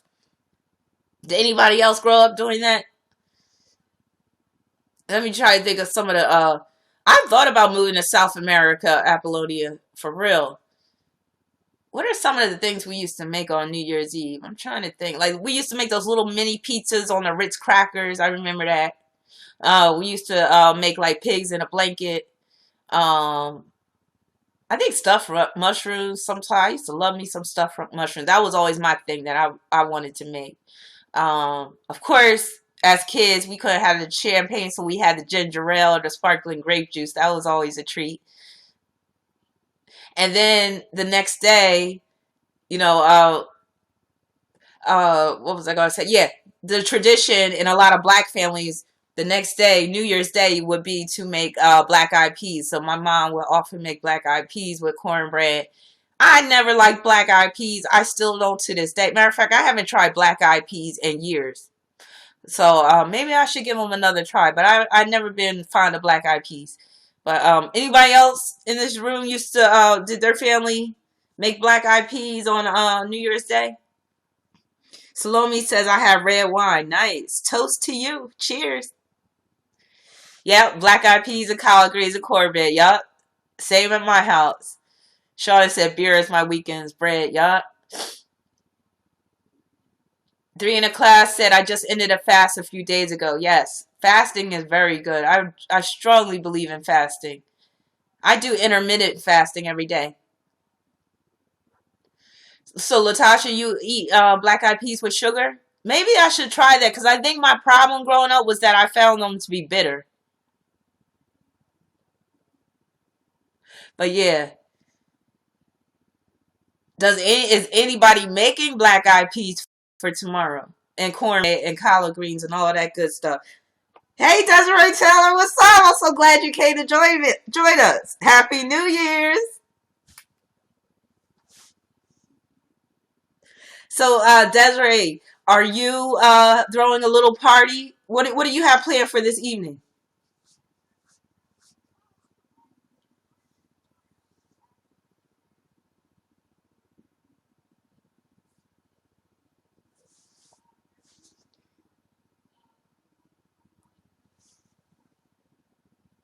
And also, Desiree, feel free to share your high points and your low points for 2016, as well as any New Year's resolutions that you have for 2017. And I wanted us to do a little meditation exercise, whether you want to do it or not, just to have a just uh to bring our energies together, to compound our energies, so that what we want to manifest in 2017 will manifest, because we're going to be doing it as a collective. So at this time, y'all could start throwing out some of your New Year's resolutions, or if they're not resolutions, they could be goals or objectives that you would like to manifest in 2017. It could be, oh, good. Desiree's watching the Twilight Zone. I love the Twilight Zone. So I was watching it earlier while I was eating, so I think I'm going to watch some more after I get off. Oh, thank you, Desiree. But high point. So Shauna said, bringing the company I work for under federal investigation. Woo! So were you? So okay. Wow. Deep. Shauna said the low point was moving back with my mama. Oh, I'm sorry to hear that. But at least you have your mama to support you, because some people don't. So it's always a plus, even though it might be hard. I know it's hard living with a parent as an adult, but at least you have your mama there for you. But yes, so you're grateful. So I'm gonna put out one of my things. So one of my goals for 2017 is to get my first book published. So I'm putting goal to get my books on transits published. So that's one of my resolutions or goals. So wannabe T, she wants to get married, she wants to get married in 2017. So do you have that significant already, wannabe T, or are you starting from scratch? Or are you engaged? How's that working out? Vonda said low point was being literally stabbed in the etheric body and feeling it. Oh, please share the details if you want, Vonda. That is deep. And have you created a circle of protection around yourself to prevent that from happening again? Monique wants weight loss for herself. About how many pounds, Monique? Or are you more concerned about dress size? Is it where you want to get to a certain dress size? Do you want to lose a certain amount of pounds? Because when we put it out there, we got to be specific. Denise wants to meet her future husband.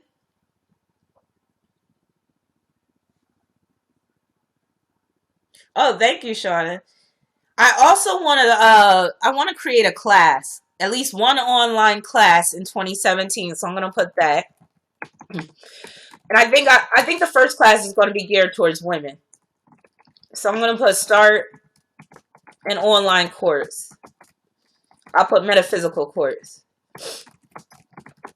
So that's another one I have. 3 in a class wants a divine partnership. And remember, try to be as specific as possible when you're put down, because right now what we're doing is we're putting what we want out to the universe and it's going to really be more activated because we're dealing with a collective here. It's more than one person. It's a bunch of us doing this.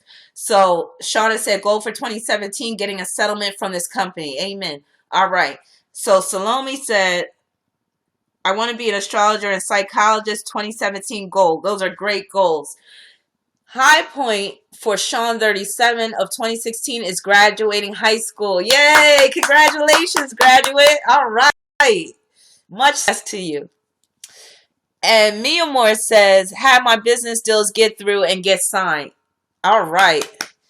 I'm going to also add in increase my business sales. I'm going to say, it's hard for me to put a limit on it. I'll say as much as possible. As much as is divinely possible. What else can we put? Also, I'm gonna just put it out there, even though it's already gonna happen, but I need to be reunited with my husband to be in 2017, and we need to live together.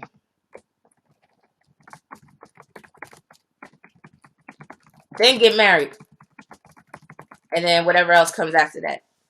So I'm putting it out there, universe. You already know what I want. You already know what I need. And then with all this energy up in here, we're going to make it manifest. So everybody start writing down what you want to manifest. So Brian says, my highest an internship at a law firm and getting my temporary driver's license for the 3rd time. Congratulations, Brian. All right. Getting an internship with a law firm. That's excellent. See, I knew you were a hard worker. I knew it was more to what you had going on in your life than just, working at Eagles Giants. Vonda said, high point meaning of love when I was beginning to think love eluded me. I hear you. I was the same way. Queen Pisces says, no more bad karma.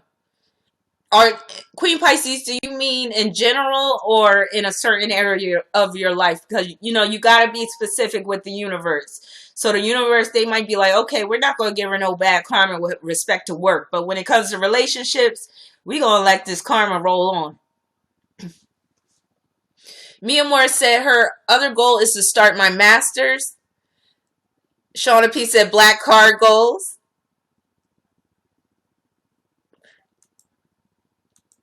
And I'm going to also put, I want to win some lottery jackpots. I'm putting it out there. Namely the Fantasy 5 jackpot. Fantasy 5 jackpot, it doesn't really go up into the millions. It goes into the hundreds of thousands. And I've been trying to win this thing for a while now. And I have a little system. And it does tend to work sometimes, but other times, but that's another goal I have for 2017. I want to win the Fantasy 5 jackpot. It's a state, Arizona State Lottery. Salome says a good relationship because this Saturn in my first house has been harsh, delaying a good relationship. Yes, Saturn in the first house is nothing nice. Queen Pisces says to win the Powerball Lotto. Monique says 240 million. I hear you. I like that. You're very specific in terms of what you want. Yes, Saturn in the first house is very hard. A lot of times when you try to live for yourself, you end up falling some way, somehow. It almost seems like you're constantly being punished when you try to assert yourself or, try to be more self-determined. So it's a constant system of checks and balances that's placed upon yourself with that Saturn in the first house. But it can also make you very responsible. It can make you have a great reputation at one point in your life, make you very ambitious and very business-minded and business savvy. I have a 7th house Saturn. Let me tell you, it's been a struggle all my life. Namely, for a few reasons. Number one, relationships, of course. A lot of times with a 7th house Saturn, you might not get married till much later in life. Or if you get married early in life, there might be a distinct imbalance. It could be where your spouse is much older than you or vice versa. Or it could be where one person is very controlling over the other person. Now, they say Saturn in the 7th house is considered to be a good thing. It's exalted, they say, by house. However, I deal with the reality of situations, and in the real world, Saturn in the 7th house for most people is more of a struggle than it is a blessing. So make no mistake, Saturn in the 7th house is one of the hardest placements for Saturn, if you ask me, because it's what is called an angle, and those are angles, which is the 1st, 4th, 7th, and 10th houses. Those are the houses that really dictate a lot of significant things that will befall you. So with a 7th house Saturn, you're looking at marriage, relationships, but also just dealing with the public in general. So case in point, I have a 7th house Saturn. It's in Leo. seventh house Saturn, and it rules my first house because I'm a Capricorn rising. I'm very introverted. Even though I have a business, it's hard for me to put myself out there. It's hard for me to be gregarious. It's hard for me to receive attention, even if it's positive attention. So when I get on video and I do this, I have to step outside of my comfort zone. My moon is in the first house. I have to step outside my comfort zone, and I have to actually get into, when I say get into character, I'm being myself, but it's like I have to get on stage. I'll say that. Saturn and Leo. I have to get on stage. Whereas I'm normally not like this. I'm very introverted. I'm very quiet. I'm very reclusive. So to have to put myself out there, that's what I do through my work. And Saturn is about work. But on a normal day, if I'm just chilling or whatever, I'm usually in the house. I'm very uncommunicative with people that I don't know. I'm very closed in. I'm very reserved. So that's Saturn in the seventh house. It can go both ways, where a lot of your work entails you being in the public eye. Oh, thank you. Well, I am a natural on the stage, and that's what I'm talking about. So Saturn and Leo in the seventh house will make me a natural with the public, but it's something that I have to do, not necessarily something that I want to do. Queen Pisces wants to get over her depression. That's good. Thank you. She said her Sag makes it look natural. Thank you, Apollonia. But yeah, I've come to realize that I'm a natural performer. Like when the cameras are on, I'm on. Um, but in my life, I'm very closed in. I can be very not insecure. That's not the right word, but I have a deep. I used to have a deep sense of inadequacy, big time, especially when I would compare myself to others. So Saturn in Leo in the seventh house. Hey, Lucky! Happy New Year's! I'm so glad you came to join us. But yeah, Saturn in the seventh house, it can be a blessing and a curse. It's good for dealing with the public and having a business because, you can attract a lot of followers and a lot of clients and whatnot. However, in your personal life and personal relationships, it could be a bitch. Like, seriously. And that's part of the reason why I'm going through this struggle right now in my current relationship. I'm in a long distance relationship right now. Saturn's in my seventh house, and it's square my Venus in my ninth house. I'm in a long distance relationship. That's the epitome of that right there. Venus in the ninth deals with long distance. Saturn square Venus can deal with having to be separated from your loved ones or your partner or, someone that your spouse or what have you. So Queen Pisces says she's very introverted as well. Very much a loner. Vonda says, isn't that, sometimes it can be hard, isn't it? Because when you want to be social, you want to put yourself out there, sometimes it's hard. And to have a business or to be successful at anything, you got to be willing to put yourself out there. You can't be scared. You got to have that confidence. Desiree said most entertainers can be like that. I found that as well. I was thinking about the other day, Desiree, about that. A lot of entertainers are introverted in their private lives. And then like when they're on stage or the camera's running, they're on. Yes. Yes, Saturn in the first house definitely gives you wisdom. And it ages you before your time as well. So that could be a blessing and a curse. So you come into this life already equipped with, some wisdom that other people don't have. And you can approach life from a mature standpoint, but at the same time, if you're not careful and if you take life too seriously, Saturn in the first house can age you before your time. So you got to be careful with that. So 3 in a class is asking me, did tarot come easily to you? Yes, it did. Now let me tell you the story about that. I took to tarot like a fish to water. And because of my early upbringing in the Seventh-day Adventist church, I was of the notion that tarot was something that was very dark-sided, very evil, almost akin to the Ouija board. So I was deep into astrology and practicing astrology before I took a liking to tarot.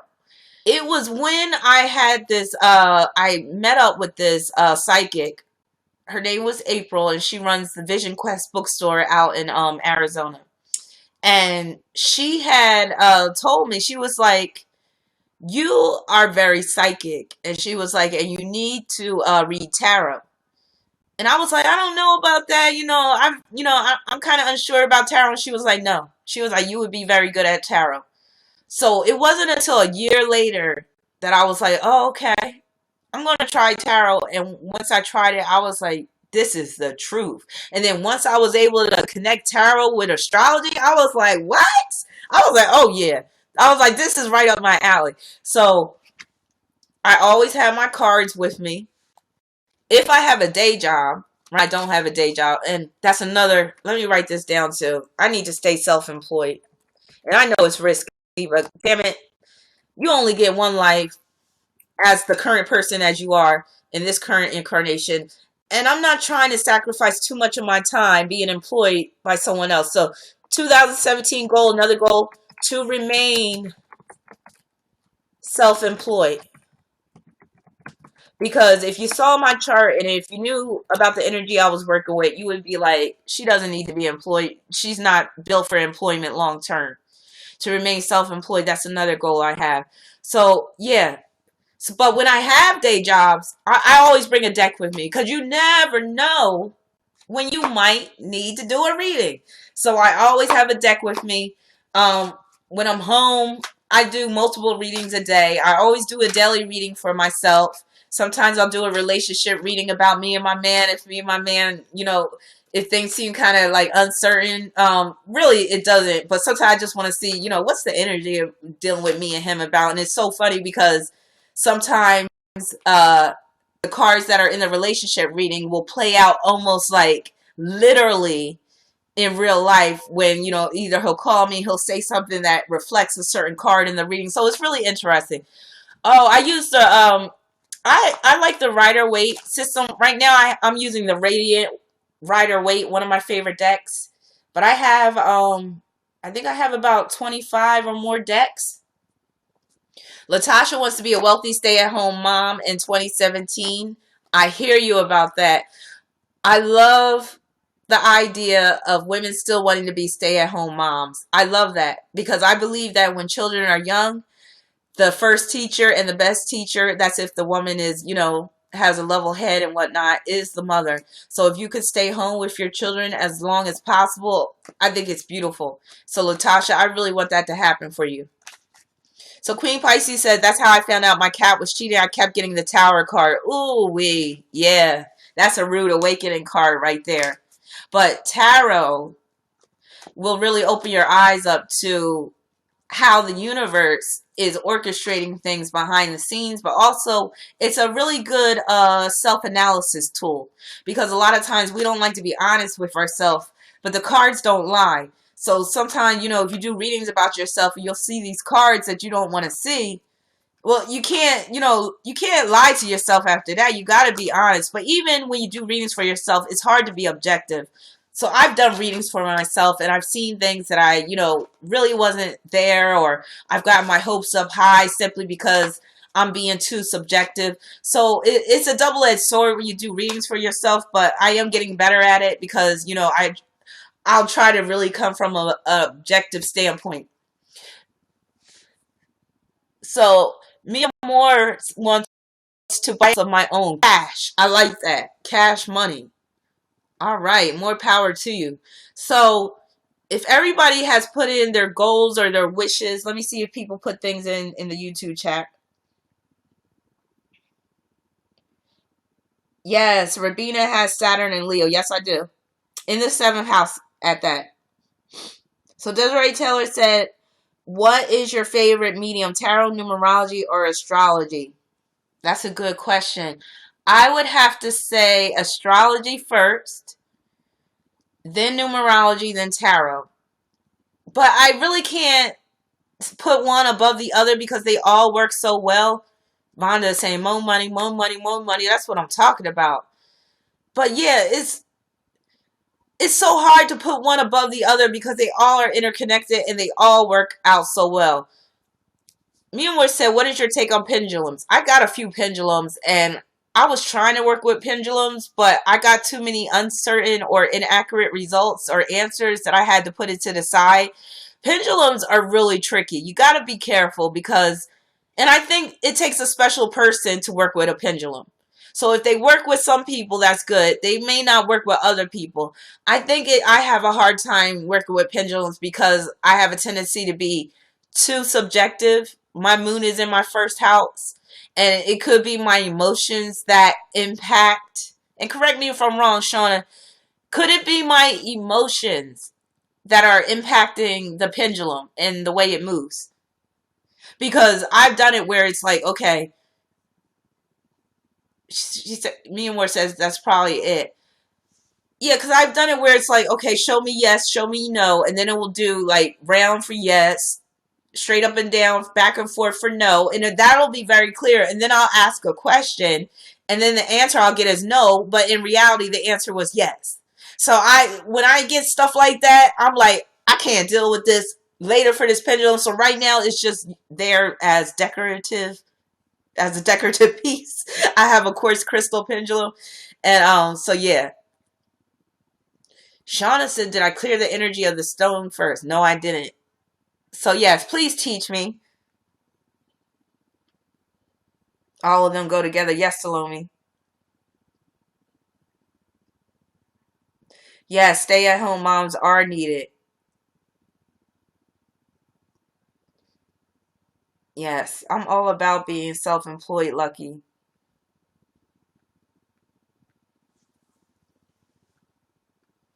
I think I'm gonna stay on for another 15 to 20 minutes because I don't want to keep you guys on here and then we go into the new year. I want you guys to be focused, and if you want to be with family when the clock strikes 12. So Shauna P says, put it in some salt water, especially on a new moon overnight, and start using it. I'm gonna take your advice. So put it in some salt water, especially on a new moon overnight, and start using it. Okay. Thank you. Thank you so much. Because the thing with me when it comes to divination, if I feel like the system is uncertain or there's too much that's left up to chance, then I lose interest. But I really would like to get to the point where I can use a pendulum effectively. So let's see. Okay, so here's Desiree's goals for 2017. Her goal is to travel, to get rid of all credit card debt. Amen. Also to be part of a movement of people being awakened to the truth. Also, I would love to meet my twin flame. All right, Desiree. So I'm hoping all of that manifests for you, and I'm hoping it manifests sooner than later, especially with respect to that twin flame. And see, the credit card debt, that might take a whole year, so that'll be a progression. But the twin flame, we need to start working on bringing that to you as soon as possible. So let's all put our energy together to bring that twin flame into Desiree's life. Because Desiree, what's your sign?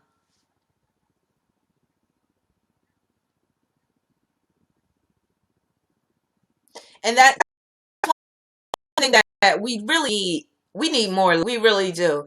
And as corny and cliche as it sounds, we really need to be more about love. Like, too many people are being like materialistic and selfish. So I'm all about matchmaking and people meeting their twin flames. So Desiree's a Leo. So oh my God, love is so important for a Leo. So if a Leo does not have that love, that soulmate, that life partner, they're gonna feel that void. So I sincerely am putting it out to the universe that Desiree gets that twin flame that she is looking for, because Leo definitely needs love. You guys need to be adored, and you need to adore others. That's one of the main traits of Leo: adoring and being adored, and just being able to give love and receive love.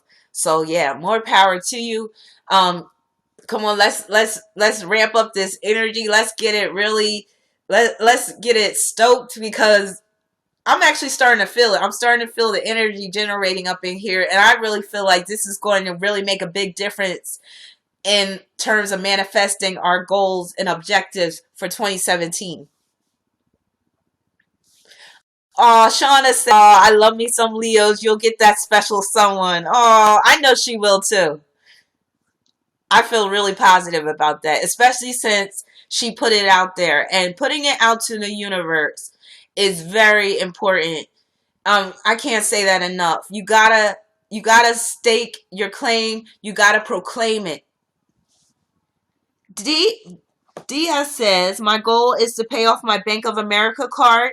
Just paid off another student loan at the end of 2016 and ready to do that again after ditching Bank of America. Yes. So you had some goals that you achieved in 2016, and more power to you with paying off that Bank of America card for 2017. I know you could do it. Um, don't be too hard on yourself. If you got to do it little by little, do it little by little, but just continue to move forward. And, don't let setbacks take you away from your goal of paying off that credit card. So yes, more power to you. Yeah, so it seems like a lot of us, got in a little deep with the credit card debt. I was certainly one of those. Mia Moore says, I want to be a mother. Oh, that's more power to you. Great. So I definitely hope that manifests for you. Yeah, she'll pay it off. She's math specific, and I paid off that very same card last year. Amen. And that's another thing. Even though we might get into some hot water with finances and credit card debt, don't ever beat yourself up about it. At the end of the day, it's just money, and money doesn't define you. Don't ever let credit card debt, don't ever let money, don't ever let your credit rating, your FICO score, don't let it define you. It's just something that is material, and what is lost can be regained. So don't let these credit card companies bully you and make you feel like you're worthless, or that you're a loser. Everybody makes mistakes, and credit cards do serve a good purpose. Let's be real, because during those times when cash is tight, you can pull out your credit card, swipe responsibly. Yes, Shauna, you can pull out your credit card and you can make that purchase happen. So yes, and you know what? So many people end up becoming successful because they maxed out their credit cards to fund a business. So as long as those credit cards are being put to good use, hey, there's sometimes where you might even have to use a credit card to pay your rent or your car note. So sometimes you got to do what you got to do. As long as you are willing to, move forward, don't beat yourself up about what you did in the past. You'll be fine. Just continue to work. Just continue to be disciplined. And what you failed at last year, you could try again this year and try to do better. So yeah. Now, Salome says, I hate the dating process. I just want a good relationship. I have too many options and I have to do analyzing, and I just want a man that I could get along with. That's interesting. Oh, Lord, my daughter's battery is dying on the phone. But I think I can make it for another 10 minutes. But, oh, man, this has been great. But, so, again, manifestations for everyone, like Vonda said. Yes, and I'm so glad we're all putting this out into the universe. Dating sucked. I was never good at it. I've never been really one for dating either I'm in a relationship or I'm not. I've never been the dating type, and dating to me is like awkward. So if I don't have a connection with you already on the phone or online, I'm not really going to want to waste my time dating you, like going out to dinner and all that stuff, having that awkward silence and like staring across from the person. I'm like, okay, what is he thinking? And you're feeling all self-conscious and whatnot. And so yeah, dating can be a hassle. Is anybody out here a serial dater where they just like to go out on dates, whether it's for the free meal or whether it's just to connect with new people? Vonda C says, yes, dating is an endless job interview. That's a good way to put it. And Lady Stan Ace says, I hate dating too. La 101 says, I really want to experience true happiness. And you will. You really will. But first, La, you got to determine what really makes you happy. Salome says, it is frustrating. It really is.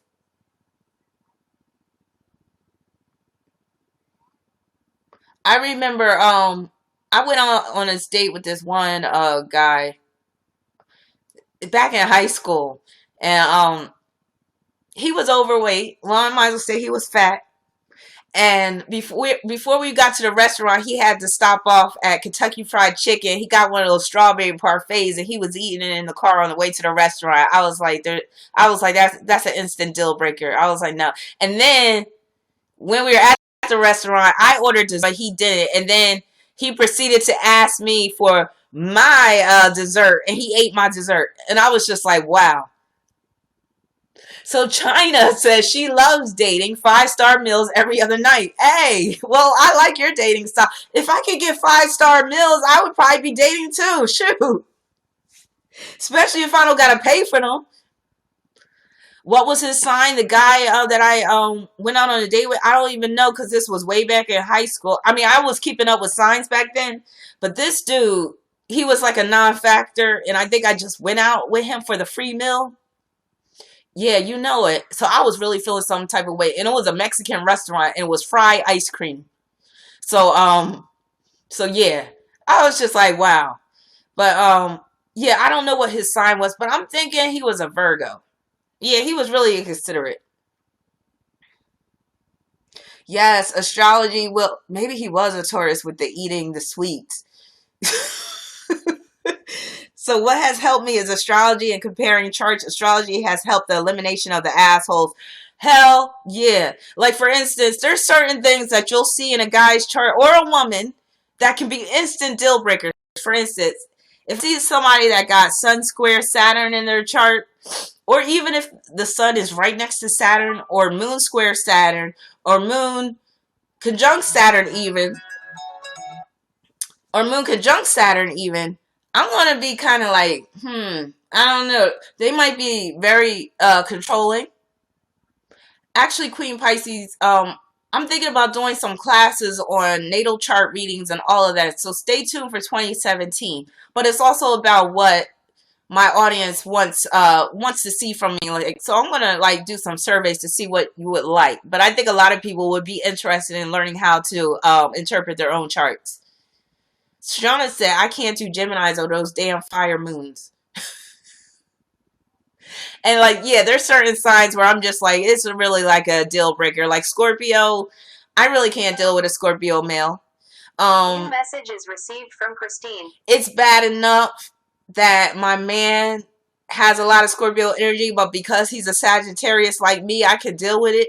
But he does have a stellium in Scorpio, and when I saw that, I was like, do I really want to go down this road with all this Scorpio energy? Like, do I really? Scorpio, I mean, it's either all or nothing. It's so much intensity. And then it's like, they're just so, what's the word? I said intensity already, but it's just so, like, they're just, help me out, somebody. They're just so heavy with the energy. It's like, but I like the Scorpio energy that my man gives off, though. I do like that, but he got his ways with him, those Scorpio ways. But yes, they're deep. I guess that's the word that I was looking for. And they like to do everything full on, and like they can be very perceptive, almost scary perceptive, where they can like read you really well. Like that kind of freaks me out about them. Consuming. Latasha, you said the word. That's the word I was looking for. Consuming. They are all consuming. Vonda said evil as hell. They can have an evil streak. They can have an evil streak. Now, Desiree said Virgos are the worst. Why do you say that, Desiree? Virgos can be a pain in the ass because they're never happy. They, always got some type of complaint or gripe. They always get stressed out. They are so critical. And the men tend to be either mama's boys, or if they didn't have a good relationship with their mama, they're going to have some serious mommy issues. Negative Nancy's for sure. Salome's Mars is in Scorpio. You're tough. Lady Stan A said, I love my Scorpio, but he liked to use the tail to strike, but he was the love of my life. But that's the thing with Scorpio. When they love you, they will just give you all of their love, and like they are just full on. But when it's time for breakup, they want you dead, basically. either symbolically or literally. And then if they're not totally done with you, but you break up, they're the type that, might stalk you, or they might still try to get back with you and stuff. So you always gotta think long and hard before getting involved with a Scorpio long term, because they will change your life, whether for the good or for the better or for the worse. Vonda said he tried to kill me. Jesus. Sean 37 says, I try to subdue some of my Scorpio energy with humor. Yeah, that always helps, because it's never good when Scorpio becomes too serious, because y'all will take things to the extreme. That is so true, Desiree. Scorpios like to be the one who breaks up, never the other way around. That is so true. And when they break up with you, they want you to be devastated. So they want devastation to happen. Salome Brown said, we obsessed. Yes, you do. Yes. Or how about how Scorpio, they will build you up real high just to throw you away? P. Diddy is a perfect example of that.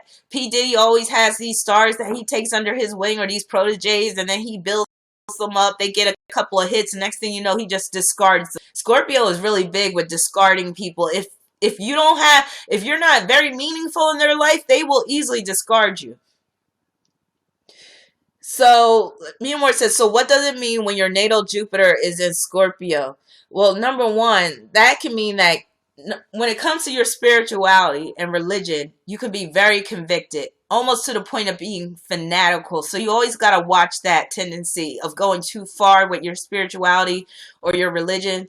Also, Jupiter in Scorpio can make you prone to getting into lawsuits or getting sued, but it also bring you vast sums of money through lawsuits and legal settlements as well. Now, 7th house Scorpio, you got to be careful with, because you can attract a partner or a spouse that's a big time cheater, or they might have criminal tendencies, or they might even have some mental illness, like some psychological issues. They might be abusive. However, 7th house Scorpio can also deal with you having a big come up financially through marriage. But it can also produce some very bitter enemies, some very bitter rivals. Vonda said, I was dealing with my shadow and dealing with him. He was literally like dancing with the devil for me. Wow. And sometimes that's what you need to do in order to evolve spiritually. The universe will put somebody in your path or in your life that is a shadow version of yourself.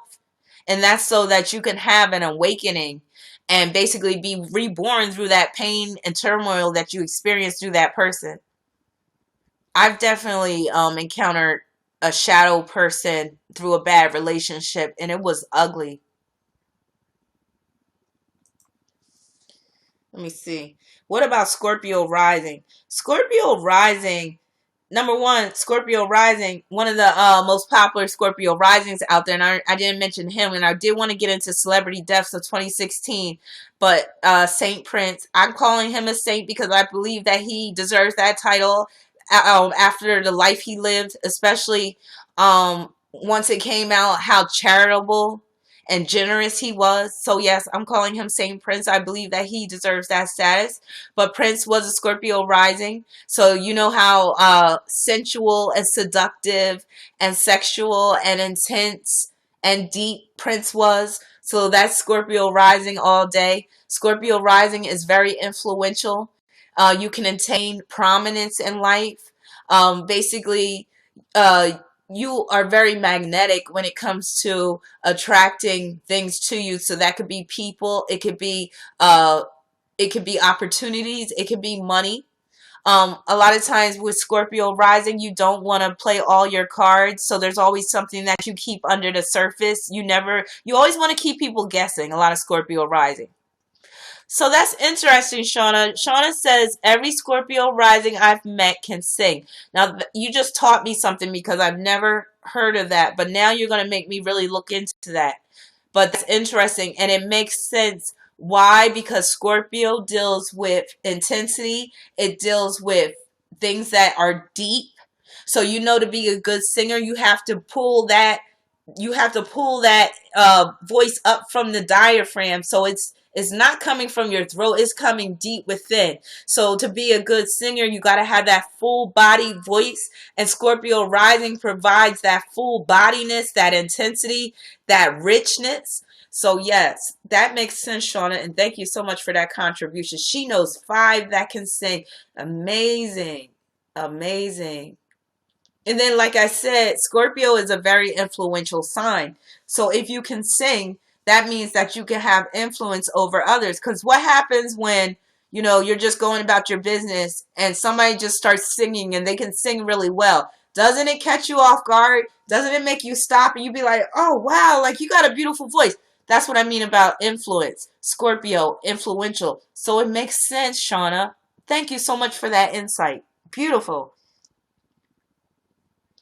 Okay, Salome says Scorpio deals with death, birth, and they have dreams. They deal with investigation. Amen. So Scorpio rising is going to be a natural investigator, a natural detective. It's very hard to pull things over on them. It's very hard to pull the wool over their eyes. They can read people very well. Salome says, I'm dealing with a guy. He is a Virgo, Gemini moon, Scorpio rising. He is really sexy. Oh, wow. I can see that. I can see that. Virgo tends to have sex appeal. I know Desiree talked about that. They could be the worst. But in terms of looks and sexuality, Virgo tends to have it going on. I just got to say it. Now, some people might disagree with me. But I just think for Virgos physically, number one, a lot of Virgo males, they have that tight frame, like that tight fit frame. And they're just very well put together. And they can be very good at lovemaking. And that's because they're all about technique and serving and pleasing their partner. But moving along. Yes, Virgos are very good looking. They have those classic good looks. Very clean looking. Very well put together. Virgo rising right here. Woo, woo. And Virgos, they have that fountain of youth thing going on with them. So they have the ability. Apollonia said, "Yawn, Virgos are boring," but Virgos do have that whole. They have that fountain of youth that they can tap into. So, oh my God, Mia Moore, you are so right. One of my exes was a Virgo, and he used to always talk about how he was metrosexual. I'm metrosexual. I'm metrosexual, and that was when that saying first came out. Oh, I'm metrosexual. These average dudes, they can't fuck with me because I'm metrosexual, and I'm like, okay, that just means that you veer on the feminine side. Virgo is a feminine sign. So a lot of Virgo men are in touch with their femininity. Yeah. But I was like, you can take that metrosexual shit and get on the next bus out of here. That's what you can do. But yeah, Vonda, so let's see what's going on. We are alcohol, Mars and Pisces, Virgo rising. Okay, that's that feminine energy from Virgo men that I can't stand. Yeah, and a lot of them tend to be mama's boys for that reason. Or what I notice about a lot of Virgo men, they are hyper dependent upon women. Like all Virgo men need a woman in their life, and if they don't have a woman, they feel like so lost and so empty inside. It's very rare that you see a Virgo man that's single for a long time. Because what they need, because they get so stressed out and they're so insecure, they always need a soft place to fall. So whether it's their mama or their woman, they need some type of feminine presence at the end of the day. Yes, Desiree said they like to bitch and moan. They do.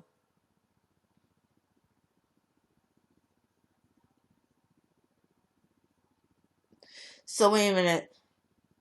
Very interesting, Brian McGee. How does this affect him? Let's see what Brian said. I'm a Leo, but I was born 3 months premature, so I should have been born a Scorpio. So how does that affect my astrology and numerology? That's a good question. So even though you were supposed to be born 3 months premature, you're still a Leo because your sun sign deals with the moment that you come out the womb, that you are released from that birth canal. Rising sign or your ascendant deals with that point in time where you take your first breath, or basically where you actually come to consciousness, or what have you. So the fact that you were supposed to be born through, wait a minute, you were born, so the fact that you were supposed to be born 3 months later has no bearing on your chart. You were born at the time you were supposed to be born. Now, I'm pretty sure you could see in your chart, or if I pulled your chart, I'm pretty sure I could see that you were a preemie. Because usually you can see, oh, Mia Moore said most Leos are preemies. That's interesting. Usually, in the natal chart, you can see any type of complications that surrounded a person's birth, even if the baby was premature. So I'm pretty sure there's some indicators in your chart that point to that.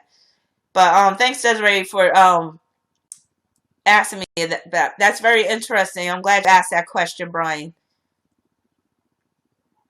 So I'm going to, oh God, basically my daughter's phone just is about to die. So I won't have access to the YouTube live chat in a minute. So I think I'm going to bring this live discussion to a close. I'm just going to stay on for a couple of more minutes. So go wild, say what you want to say. Continue putting your New Year's resolutions out there in the chat. It's been lovely. I'm so glad that so many people joined into this live discussion. The next video that I'm going to upload to YouTube is going to be a recap of the Dark Sided Zodiac series. Basically, I'm going to be discussing my thoughts on a lot of the comments. Oh, thanks, Vasaki. Happy New Year to you. Some signs took it harder than others with the Dark Sided Zodiac series. Some signs took it really hard. I was like, wow. And other signs were able to be objective, and they were able to maintain a sense of humor. So it was really interesting. Don't think I haven't been reading the comments, but there's a lot of comments that I need to catch up on. So if some of you guys have posted comments in the YouTube, on my YouTube videos, and I haven't responded, like if you posted questions, please forgive me, but I plan on getting caught up. I want to do this recap video. I'm going to say probably by Tuesday. Hopefully I could get it done tomorrow. But Apollonia says Scorpios were mad. Yes, they were one of the ones that took it the hardest. But and it's funny because they can be very critical. So they got a taste of their own medicine with that one. Vonda said I could not even listen to them. I am so sensitive. You are so welcome, Shauna, and thank you so much for joining me. I had a great time. But yeah, the Dark Sided Zodiac series, it was so enjoyable, and I actually learned some things along the way. And just stay tuned. In 2017, I'm going to have even more videos. I'm going to start being more interactive. I'm going to do more live discussions. And please feel free to either email me. Here's my email address. If you have any suggestions on show topics, you can also contact me through my website. I'll put that up as well. I have a free numerology reading form that you can, you don't just need to fill it out for the free numerology reading. You can fill it out and ask me any questions you want. So here's my website. And then, like I said, I provide readings via phone, email, IM, so like Facebook Messenger, Skype, what have you, and also in person if you happen to be in the Phoenix metro area. But I had a wonderful time. Happy New Year to everybody. I'm hoping and wishing that everybody gets what they really want for 2017.